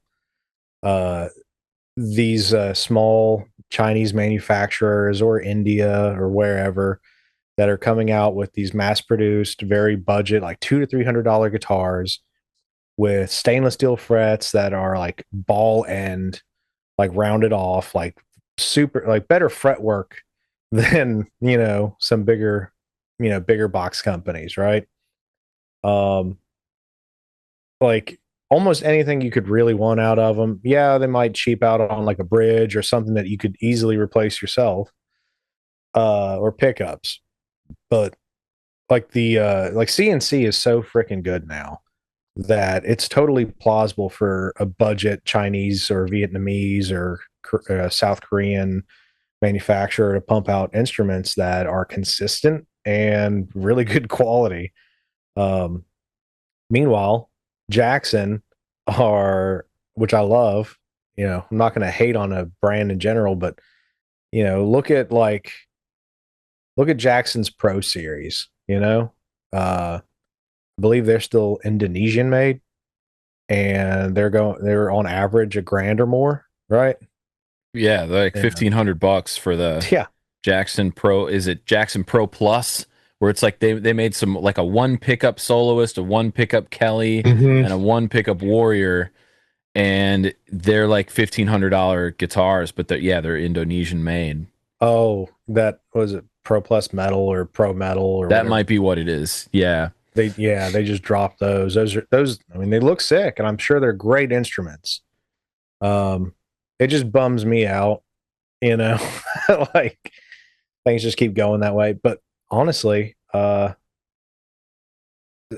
which granted, I tend to like snoop out some of like these smaller avenues. Like there are companies that you can hit up and you can email somebody, and for $500 to $600 shipped, you can have a custom instrument. Granted, you may want to do your own setup and maybe swap out a pickup or, have maybe a better bridge or, maybe swap out a little something or take it to your local tech, but it's still going to be whatever you want for like way cheaper than something off the shelf. Um, if somebody doesn't want to go that route, with the AliExpress custom guitar type route, I get it. That's daunting. I have an instrument here to my side that I will show. So this is a custom handmade in the USA instrument from WKM. It's the logo's in black. You probably can't see it with this lighting. It's a sick guitar, man. That thing looks That's crazy. awesome. Look at that. Look at the crazy roasted flame maple. Yeah. maple. So that's like what, a $4,000 guitar? 3,500? Not even close. Granted, so when I got that, I don't think it was last year before maybe. He gave me a little bit of a discount, because I was intending to do a lot of videos with it and still do. It's like my number one. So, but I asked him like if he hadn't given me the discount, how much would that cost? And at the time it was 1,500. Wow. And Wow, that's crazy, dude. it's a roasted flame maple neck, alder body. I provided the pickups. I will say that. So it's an EMG X series 81X and an SLV X, single coil. He hooked me up with the hip shot contour bridge because I wanted something different than a Floyd. And we went back and forth on like neck profile. It's all like his default is all hip shot hardware. Stainless steel frets, like he has a price chart. I think he's had to increase prices. So I want to say this same instrument would maybe be $2,000 now. That's not bad, man. Yeah. For a custom guitar. That's unbelievable. I mean, Yeah. how is he doing? Like from a builder perspective, I'm trying to wonder, how is he making money on something like that? Like like he must have, maybe he has a CNC machine, so it saves him a lot of time. Like He does have a routing. CNC Yeah. machine. Um, if you're one, if somebody was looking for USA like completely handmade, no CNC, you could hit up Doubleday Guitars out of Texas. I've demoed one of his instruments on the channel. It was a Starling, which is like a that one was like sort of like an EVH Strat kind of deal. But yeah, Kyle, he does some CNC, does crazy good, paint jobs. He's been getting out there a little bit more. I know Draven Noir. He's featured a couple guitars from Kyle. Um, I feel like there's been a couple others too. I know. I don't know if this is supposed to be a secret or not. Whatever. Uh, I know he's just working on a cool custom B for Sammy Dway from Goat Whore. Wow. Cool. Yeah. So and he sent me pictures. It looks pretty sick. Um, uh, Clark's custom guitars out of Canada. They're really sick. Um, Heathen Guitar Works, another one out of the USA here. He quit doing fully custom jobs. He's basically, I think he only has the one shape now, and it's his Gungnir. Mhm. And it's like the most comfortable super strat body you could ever imagine. I demoed one. It was a 7 string. It was like a bright orange with black splatter. That's cool. Super cool looking guitar. Only Evertune guitar I've really played on. And yeah, that thing was just like the quality was so on point. It was so sick. I wish he would bring back some of his pointy models from when he was doing Deviant guitars. Mm. But he's enjoying doing the Gungnir stuff for now. But that's like you maybe do like a custom color or some, your choice of pickups, stuff like that. And then lastly would be RIP or Radical Instrumental Products. I guess that's right. I guess that's what RIP stands for. Rob Gray. That dude's a fucking phenom builder.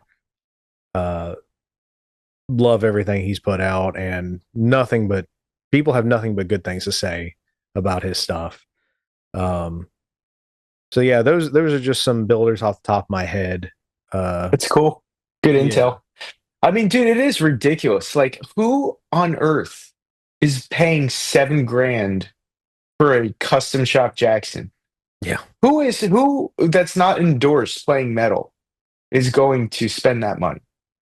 I mean, like obviously, if you're getting those for free, that's one thing for sure, and you're endorsing the brand. But like, dude, to get a custom shop Jackson, like nobody wanted those guitars 25 years ago. Like they were hard to, Oh yeah, the you're. WR1, it failed when it first came out. I mean, dude, even BC Rich, man. I was just checking this out just to make sure I was correct here, but I saw that like they revamped the company over the past couple years, new CEO, and there's a hand built option for like um the Mockingbird, which I always love that design, man. Mm-hmm. And I looked, and dude, guess what the price point is of a hand built Mockingbird? And Neil Moser is doing the hand building, and I've heard there's, I mean, it seems He's a like there's a legend, lot. right? He's a legend. He's a legend builder, right? He's a legend builder, but I've heard there's a lot of, like just what happens with hand built guitars. Like there's weird scratches, some, like just like the QC, because like, dude, he works, it's one guy working on it. You don't know what's going Yeah. on. Like there's just some cosmetic things that are, you know, shouldn't be, but that does happen with that. I mean, obviously you're concerned with playability, but like if you're spending this type of coin, guess what the price point is on that guitar, hand built. 10. 10,500. So that's Oh cool, yeah. man. I'm not. Look, if you want to spend $10,000 on a Mockingbird, more power to you. like realistically, that's gonna be like that's like a blues lawyer guitar, man. Like, or Oh yeah. who's nobody from the scene. Like, you want somebody that's gonna put that thing through its paces on stage Yeah. every night to bring that back. I just like who are these? Who, especially Jackson, who is like really a metal brand, man. Who are they targeting with with that price point? Yeah. Like, I mean, Jacksons I, are really in right now too. They're yeah, like at they're in. Furnace Fest when we were there. If you had a Jackson, you looked the most badass. You know what I mean? They're Like cool you look guitars, man. sick. You know. Um. Yeah. Go ahead, Ryan. Sorry. No, you're fine. Uh, I've heard plenty of people over the years kind of make the argument like they're sort of they're sort of the butt of a lot of jokes, but like the blues lawyer is also sort of kind of what helps keep the industry afloat to a Definitely. degree. Like I've seen plenty there. I'm not gonna put anyone on blast, but I see plenty of like rich dudes that just have an ungodly amount of not just expensive guitars, but like a collection of custom rare instruments, like each one worth several $1,000s, and they've got like 50 of them and things like that. And it's like, there's a there a lot of us would be easy to point out, like, okay, cool, you got like a $9,000 guitar to play Master of Puppets on, because that's kind of what it feels like. But at the Oh same time, boy. it's like, well, they're stimulating the economy of the guitar market, which Lord knows, it definitely had a boom because of COVID and lockdown and everybody at home. Like I know sales of equipment at that time really really skyrocketed because everybody was at home and getting stimulus checks and they're more free time and extra cash. So, but it's definitely that bubble is definitely burst and everything's more expensive and people are holding on to their money tighter than for a long time now. So Yes. it's like blues lawyers, a necessary evil. It could be like the name. It's the name of a documentary. No, man. I That'll be mean, we I should think, make that. yeah, they should. They should. I mean, I think it's cool. Like if somebody has a lot of money and they're into like extreme metal, hell yeah. Like That's if what I you would like, do. it doesn't matter like what your background is. If you're dirt poor or you have a lot of money, and you're into heavy music, and Yeah, you fuck with the bands, and you like them, like hell yeah. I think that's sick. You come to sure. shows and buy merch, like that's what it's all about. Like that metal is like the one style of music where you can just I think you can just be anybody, and if you're into it, like you're a part of the scene. You're welcome. Hardcore is kind of like that too, to a degree. It's a little bit more swagged out these days from what I've seen at shows. People are wearing like jinkos and baggy clothes again at these hardcore shows, and they're like swagged from head to toe. Right. But with metal, like that's one of the things that I love about it is you can really be anybody. So yeah, but in the gear world, it just seems like there's obviously like the super cheap stuff that you can get on Temu and AliExpress, and it's like Hmm. $100 for like a Gibson Les Paul custom copy, that says Hmm. "Made in USA" on the back. Like that's hilarious Yeah. that's a thing. And then you have a lot of guitars like that are like maybe sub $1,000, and there just doesn't seem to be a really fair middle ground. And then if you want a really nice guitar, you get maybe an Ibanez Prestige or a Jackson USA made guitar, which is going to run you like $2,500 to $2,700. But there used to, I don't know, there used to be this like $800 to $1,500 range of guitars that you could buy an instrument and you knew it was going to be set up well, the pickups were going to be decent, and you could take it out on tour and you weren't worried about anything happening to it. It was going to be this rock solid instrument. To me, Ibanez is that company that still has Yeah. like you can get an Ibanez Genesis for $1,500 and it's made in Japan at the Fuji Gen factory. That's the only thing in the world right now that I know of that's like a guitar I'd be comfortable spending $1,500 on and knowing that it's going to be the shit. You know what I mean? Sure. And maybe I'm wrong. Like, can you think of any other like mid range guitars that are like quote unquote professional instruments still? Uh, I've had pretty good luck with LTD. Yeah.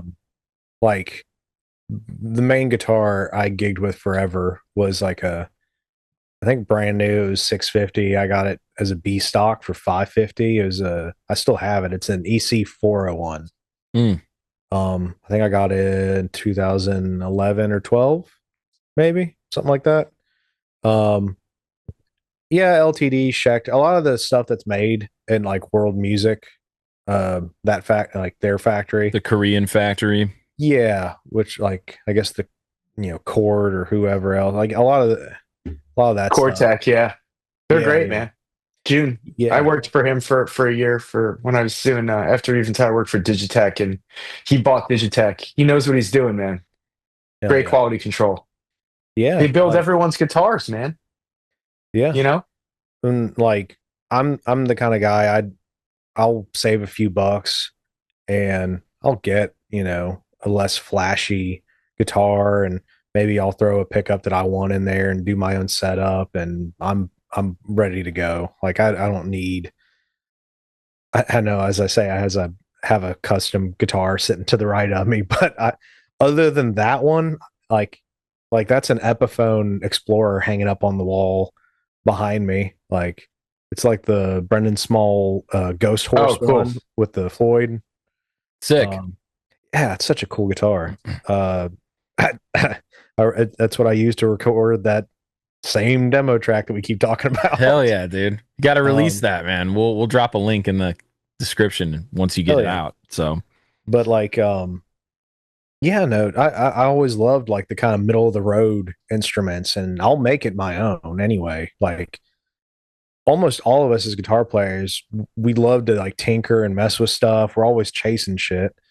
You're gonna end up at least swapping pickups or changing hardware or something. So I might as well like the bones of most guitars from the $400 to $1,000 price range. They don't doesn't seem like the instrument itself changes that much. It's just the hardware or whatever that you're paying for at that point. So I might as well just get a little bit cheaper one and I'll just make it my own, you know? hmm yeah, absolutely, man. Like that's it. That's also an option. I always look back on time, like I'm a content creator. I've got 2 YouTube channels. I want to also write music. I really don't want to spend any time tinkering with guitars. I don't even want to change pickups. I know like that's like you could knock that out in like 2 to 3 hours, but I don't even want to do that. Like that's kind of where I'm at with gear stuff lately. But we were talking about the what is it, Music World Factory? I think it's world World music or world something. music. Okay. Yeah. Yes. Okay. So I had a Schecter C8 years ago, which is a great guitar. Um, but I could not get the action. I mean, 8 strings are kind of tough with action, but I could not get it to have low action to where I could really shred on it. Mm. And that's like my main guitar now is this guy here because I can pretty much do everything, every tuning, you know. And this thing, which I had to get this refretted too. That's probably a story for another time. But it has. Well, I played the shit out of it with stainless steel strings, so the stainless steel frets kind of got wore down after a while. And that was one of the when I had that Kiesel built. One of the kind of things that got lost in translation was the fret size. They put medium jumbos on, and I wanted like jumbos. And that was before they had the builder. Now you go on Kiesel's website, you build a guitar. All of that data gets sent right to them, right? But back then they had me take a screenshot of the builder and send it to them, and for whatever reason they missed that. So I for several years had a guitar with slightly different frets, which with 8 string guitar and heavy music you want the biggest frets you can get, Yeah. But back to that Schecter C8, great guitar, gorgeous, awesome iridescent paint job. But I could send it to any luthier to get set up, and I could not get that action low to where it was really in the shred zone. It was still kind of medium action, you know. Mm, So right. I got rid of it. Hell yeah. So Yeah. yeah. So there are some instruments that I've like most of them I have them pretty shreddy. Um, like the WKM here, which it's called a Shiva, that Mm, super strat. It came to me with a millimeter of action. Like yeah. it That's was nuts. sick. Yeah. Christian Yeah. loves that. Yeah. I love Yeah. that, man. Which that was in standard. It's in C sharp standard slash drop B now. Yeah. So I had to go up and gauge. So it's not as low, but it's still crazy low. Um like the Eclipse though, like just where it's a Tune-o-matic style bridge, you're going to have that string angle, so the upper frets are going to be slightly higher than like the first fret. Like there's no way around it. It's just the one. It's like the flaw of that design, you know. Yeah. Um, Unlike a Floyd where you can have everything nice and perfectly even, like there's trade offs with everything. For Um, sure. but uh some some instruments I've just kind of learned to live with. And are you like a fan of Nile, like Carl Sanders and Oh, sure, man. Yeah. Car- Absolutely. Carl plays the weirdest string gauge. I actually have a pack right here. I just have it as a keepsake of his strings. This is for a 7 string. The high string is an 8 and the bottom string is a 70. So Holy it's shit, dude. and dude, he plays scallop fretboards with like almost laughable action, like how high it is. And like that dude, he just crushes the freaking neck. Yeah. I don't really know too many other players like that. It's insane. I can't do it. I had those on my 7 string for a while, and the 70 actually felt great for which I only ever play in B standard or drop A. I don't really go much lower, Hmm. but the 1 7 I have is like 25 and a half. So, you know, can't do much Yeah. anyway. No, he's amazing, man, that he can play that stuff like Hell with yeah. the scalp. I mean, I know I'm assuming he's a huge Malmsteen fan, and Malmsteen Oh yeah. plays with high action too. You know, medium to It's high true. action. Yeah, but So, it kind of shames me into wanting to like try to tough it out on some of my instruments. Like my telly is a little bit higher than like my Ibanez guitars or whatever, you know? hmm. So it's like almost shames me into wanting to try to like muscle through it, Yeah. or really humble myself. I'll go play acoustic and you know. Yeah, it's good to mix it up once in a while and Hmm. like spend half a day. But I go back to like, how do I make this as like as easy on myself as possible, when it comes to, with action. I try to get it with as little fret buzz as possible, but Hmm. also like, so that you want the notes to resonate and stuff, but also making it, because the music I play is just extreme. Right. So trying to get around the fretboard. Well, dude, talk to us about like what your plans are maybe for the rest of the year with Rigs of Death Metal, and tell us how people can support you, maybe by buying a t-shirt, and also I wanted to know like if you're in a band too. But talk about what your plans are for the rest of the year, and maybe like a brief snapshot of next year. Yeah, sure. So for the rest of this year, I've got a couple demos in the works, and been talking to a couple people to come on the show for a podcast.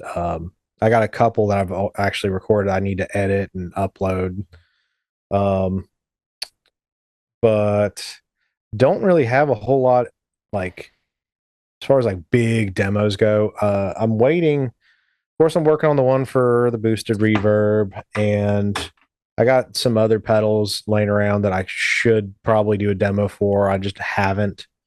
Um, Kyle from WKM has been building me a 7-string baritone monstrosity for like about a year now. Sick. Yeah. So whenever that gets done, there'll be a video for it.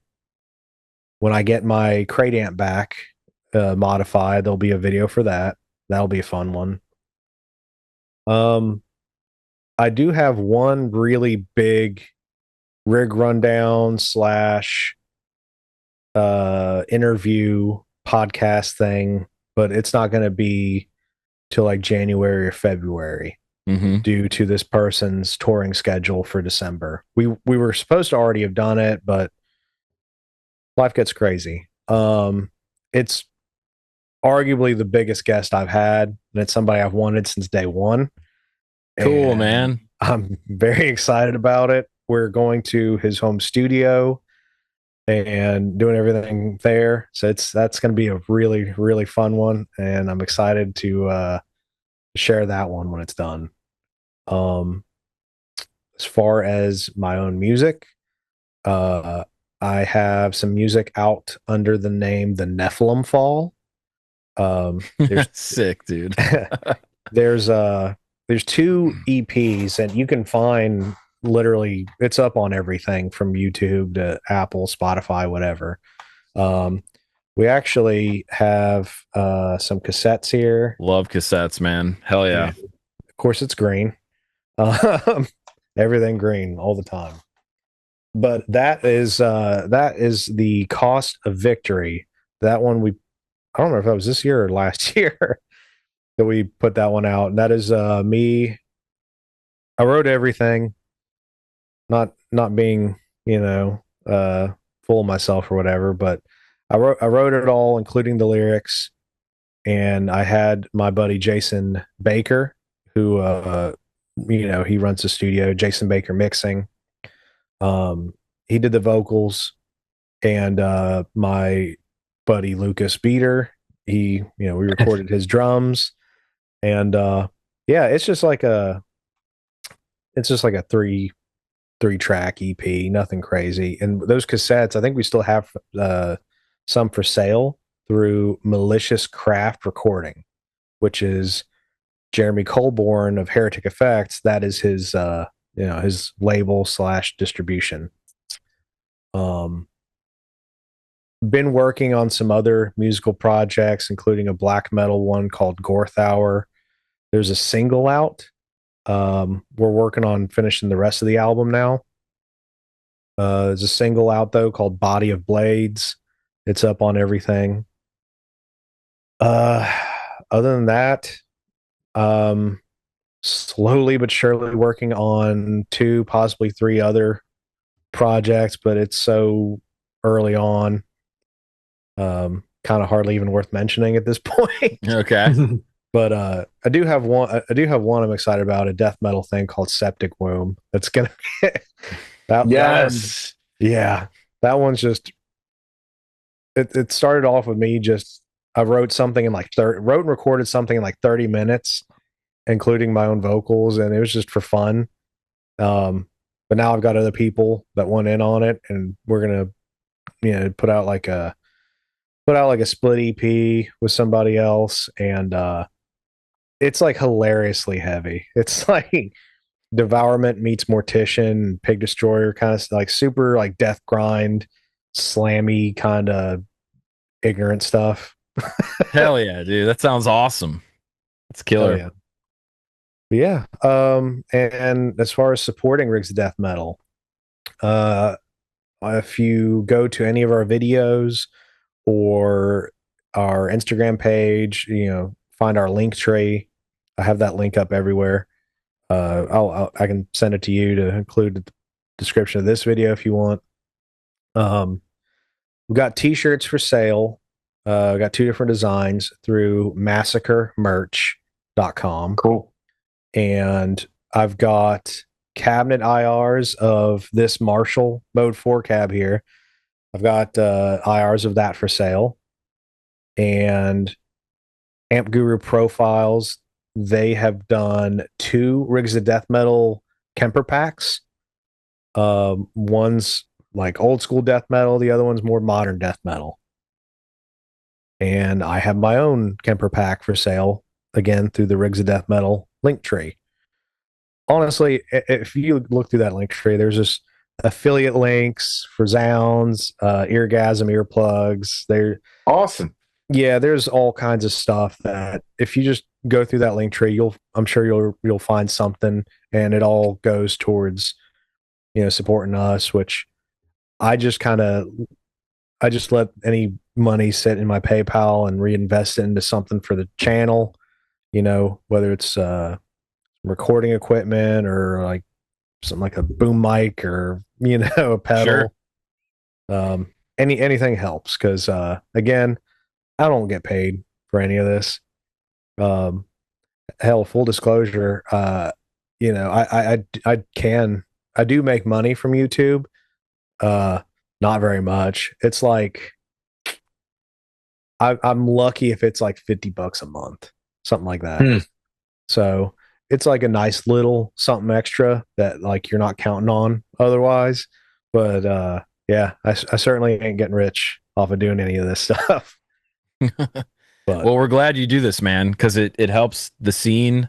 It brings together, people that are into the same kind of music, but also kind of it's more along the lines of like the gear enthusiasts. So it's fun to kind of go over to this little corner of the death metal space and like hang with someone like you. So this has been really cool, man. That we've chatted a little bit and become fans of each other. So the collab that everyone in the world wanted to see, right? absolutely, So, man. I've been a fan of yours too for a minute now. I think originally through Joe sharing some of your clips and stuff oh, like cool, that. man. And yeah, you're a better guitar player than I am, so I enjoy, especially like some of your shreddier content. I love that shit. Oh, thanks, man. Yeah, Yeah, Christian and I Awesome. have some new music coming out soon. We're gonna try to get an EP out for our more. It's more progressive metal if you're into that kind of thing, and it's got some jazz fusion elements to it. But hell yeah. lately, the stuff we've been doing is more just heavier, like prog metal Mhm. stuff, and Christian shreds too. Like just being around someone like him, playing guitar on like a weekly basis, it's been awesome for me, man. So. Fuck yeah. Likewise. Likewise. Make sure I have you. one. Oh, sorry. Sorry. Go. No. Go ahead. I was I'll just gonna ask say, after. make sure you guys like send me that stuff too, because like, if it's guitar related, I'm probably gonna fucking love it. Oh, You know what cool. Yeah, I man. We mean? definitely will. I mean, you could check out all of our songs. I think we have 4 songs out on my YouTube channel. For whatever reason, like people don't like listening to music or even watching guitar playthroughs on YouTube, at least not ours. So there's like maybe a couple hundred views, but soon we'll put it out on Spotify, and I think more people will be into it. I really shouldn't say that though, because we make clips and our clips get a lot of views too. So Brian, um, check out the one we just released, man. It's got Zach Dean from Humanity's Last Breath playing drums. It's called Humiliation Ritual. It's pretty sick, dude. I think you'll like it. Hell yeah, absolutely. That's sick. Uh, so yeah, man, he rules, dude. Um, my last question for you is: what is the craziest rig that you've come across? Maybe what's your favorite rig, and what's the craziest rig? Because there's one that I want to bring up to you that I know you've seen. That's the wildest thing I've ever seen. That I can't believe they tour with this thing. But go ahead. Okay. Um, the first thing that comes to mind would probably be like, sorry, we were kind of talking about it earlier. Like some of the stuff like Devourment or some of those slam bands would go out and play Okay. with. Just like, I don't know, just some kind of cheap budget, like digital modeler into whatever power amp they could get a hold of. Probably a BBE Sonic Maximizer in there. Of And course, like, everybody had that. For at one point, everyone had that in the rack, this or makes me or like sound a huge. yeah, yeah, totally. like just the subbiest lows and the most digital, ridiculous crunch. And I don't know what it is. Maybe it's because I came up into extreme metal in the early 2000s. I'm very nostalgic for that, like objectively probably sounds kind of shitty, but I love it. Yeah, it just sounds filthy, man. Like Like, there's the filth of that. Yeah, go ahead. yeah, no, absolutely. Like, um, have you guys watched that? You know who Roger Bojard is? No. No, I Mortician. don't. Oh, okay. I know. Uh, I did not know. I wouldn't have associated that, but no. Sure. Yes. So yeah, he guitar player from Mortician. There, he has a YouTube channel. Doesn't post super frequent. Sometimes it's like VHS rips of Mortician shows or practices. Awesome. Yeah, and then he did like a 2 video series, I guess you'd call it, called One Man Metal, where he just showed like it's very I don't even remember. They're kind of old now, but showing how he would like just write and record stuff at home, and he's using like Pod Farm and like just gain stacking at like gain staging after gain staging, all the gain, no mids, all the bass and treble. Like it almost seems like a joke, but it just sounds it's so cool and it's such a vibe. Like just not giving a shit, just whatever he likes. And I appreciate that, you know? Yeah, that's cool. That's So yeah. awesome, man. Um and yeah, my favorite rig though, Yes. fuck. Well, I guess I'll go with what my rig for like 10 years was. And it was like my old Revision F 2 channel dual rectifier Well, running that's the one. running through that Marshall cab, and then I always had some just any kind of overdrive in the front. Um yeah, that's still sort of like my base point of reference for every tone. All you need, bro. Yeah, yeah. Um which everything else I kind of dial in like similar to how that sounded, like just different flavors or variations of it, you know? Yeah, I think that's it. Sick, man. Drew, what am I gonna say? Oh, You know, dude. you're gonna say Steph Carpenter from Deftones, right? No, dude, No? no, I Oh, wasn't. because his No. rig is insane too, though. No, Vitriol.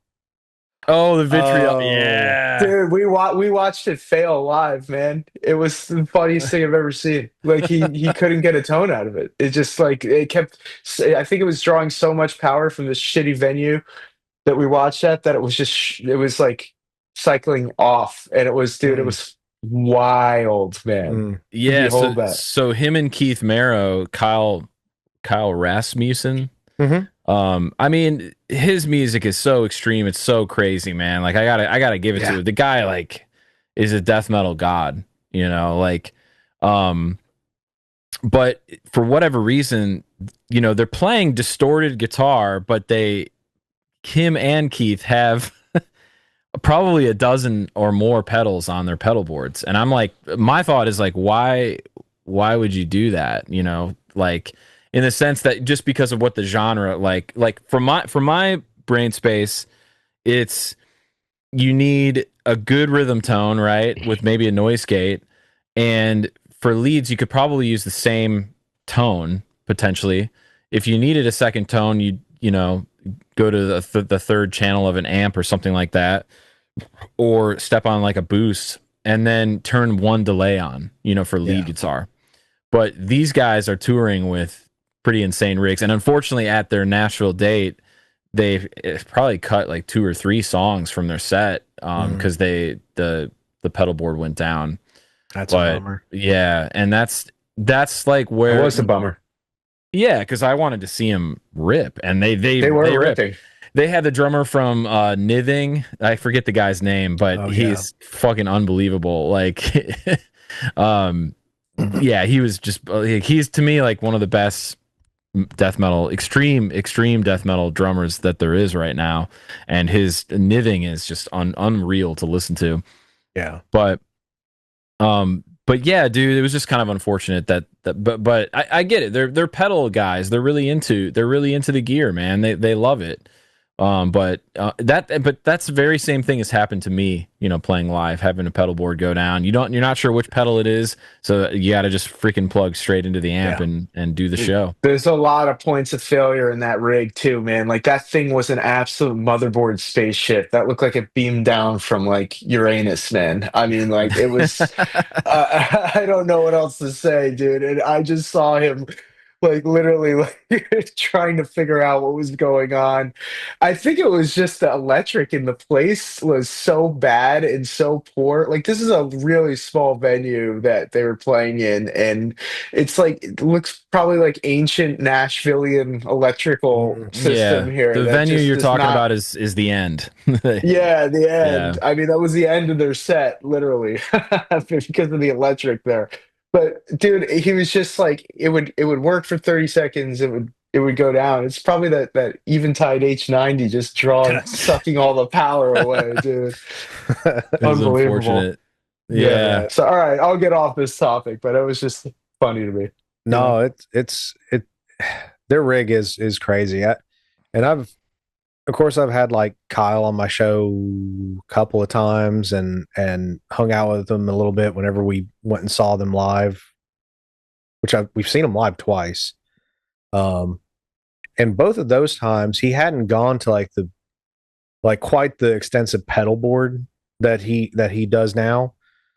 He was like they were still touring with like amps and stuff, so that was their primary. Gotcha. Okay.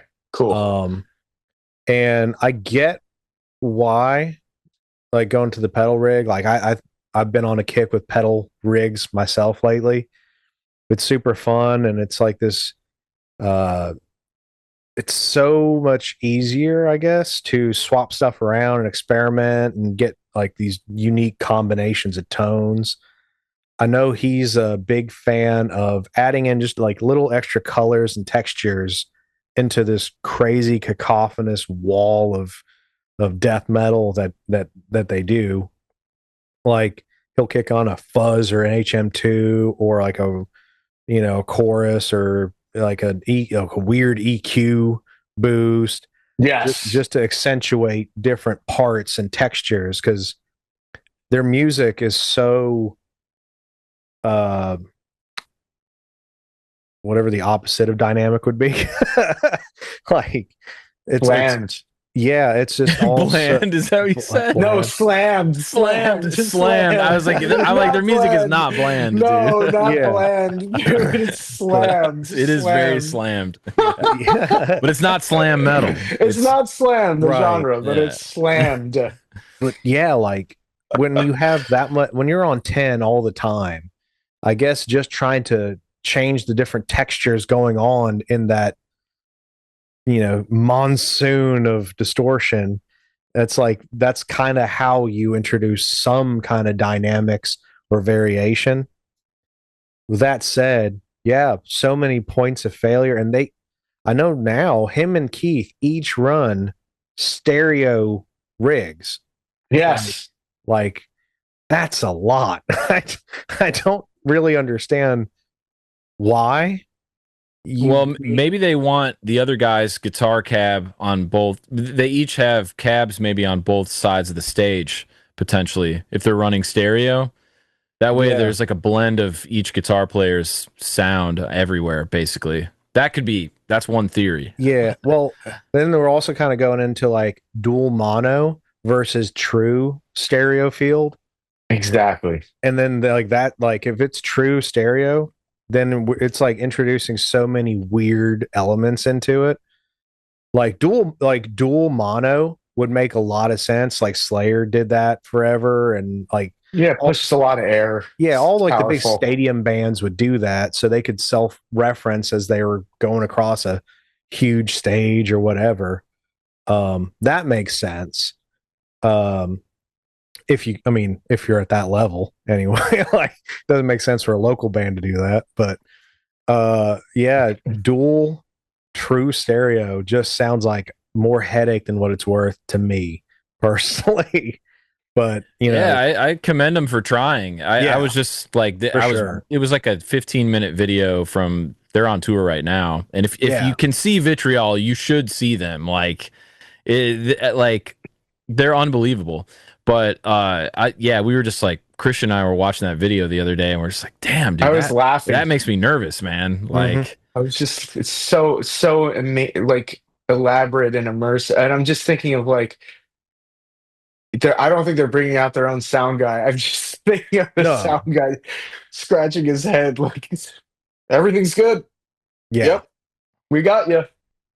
You Yeah. know, It's for that reason I don't think I could ever go like the fully direct, no stage volume kind of route. no, you gotta have a cab, man. it's horrific, dude. I've done that. It's horrible. Gotta have a cab. There was a gig I was doing for a little while where it was like clean stage, in-ear monitors, and it worked well. The band was very tight. Like their end goal was accomplished, but me personally, I felt so disconnected that I just really didn't enjoy it as much. You know what I mean? Yeah, totally. And just not for me. And that was a pretty controlled environment, so it worked out well. Being a local band or just a smaller touring band, it's way more trouble than it's worth. You're putting so much faith in a sound guy you've never met before and will probably never see again. And you know, it's Jim Bob's like part-time weekend gig, so Yeah, he really doesn't care. for sure. Dude, speaking of Vitriol, have you seen their music video where they're like hooked up? Oh yeah. Like, Oh yeah. you know what I'm talking about? Do you know what like suspension is, Christian? Where you Yes. like suspend Yeah. yourself from like hooks? Did they do that? They actually did that. Him and the bass player That's did that in the video, and it's wild. I Man. can't believe it exists, bro. Like That's so it's crazy. It's so extreme. Like That's so, metal. I got Hooks. dude. Yeah, it's very metal. So I gotta give him props for doing that. I'm too heavy to be hooked like that. It would just rip out. Oh yeah, no. Like You got to be of a certain weight to do that, I think. that, or you start getting into like industrial level like suspension. Nah, dude. Yeah. Yeah, you need that's crazy to think about. Well, dude, any last remaining things you want to mention about anything about Rigs of Death Metal? Like maybe just let everybody know where they can find you, man. Yeah, sure. Yeah, we got a Facebook, we have an Instagram. I'm too old for TikTok. That's what I tell everybody. And of course we have our YouTube channel. You can just search up Rigs of Death Metal for any of those three and you will find us. Every little subscription, like all that stuff, it all genuinely does help. We've maintained a slow but steady pace since we started. Never had a big blow up viral moment or anything, but I like to think that we've at least maintained a pretty steady trajectory because I like to have genuine, connections and conversations with people. People message me through the page all the time, and I always do my best to talk and engage with them,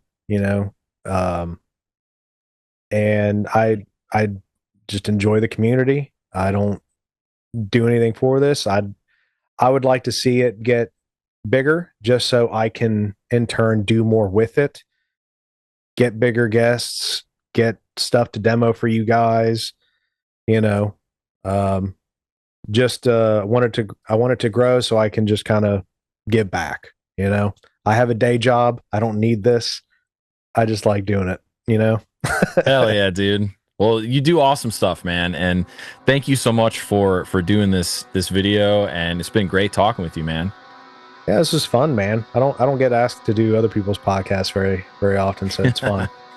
Hell yeah, sweet. I enjoyed hearing from you and learning, and great stuff, man. Thanks for contributing to the scene, dude. I appreciate it. I don't feel like I'm doing much, but You are. You are doing a lot, man. Really sick. Appreciate that. It was great meeting you guys too, by the way. You too, bro. You too, bro. This is great. All right, everybody. Thank you for watching. This has been Shred Sessions. See you in the next one.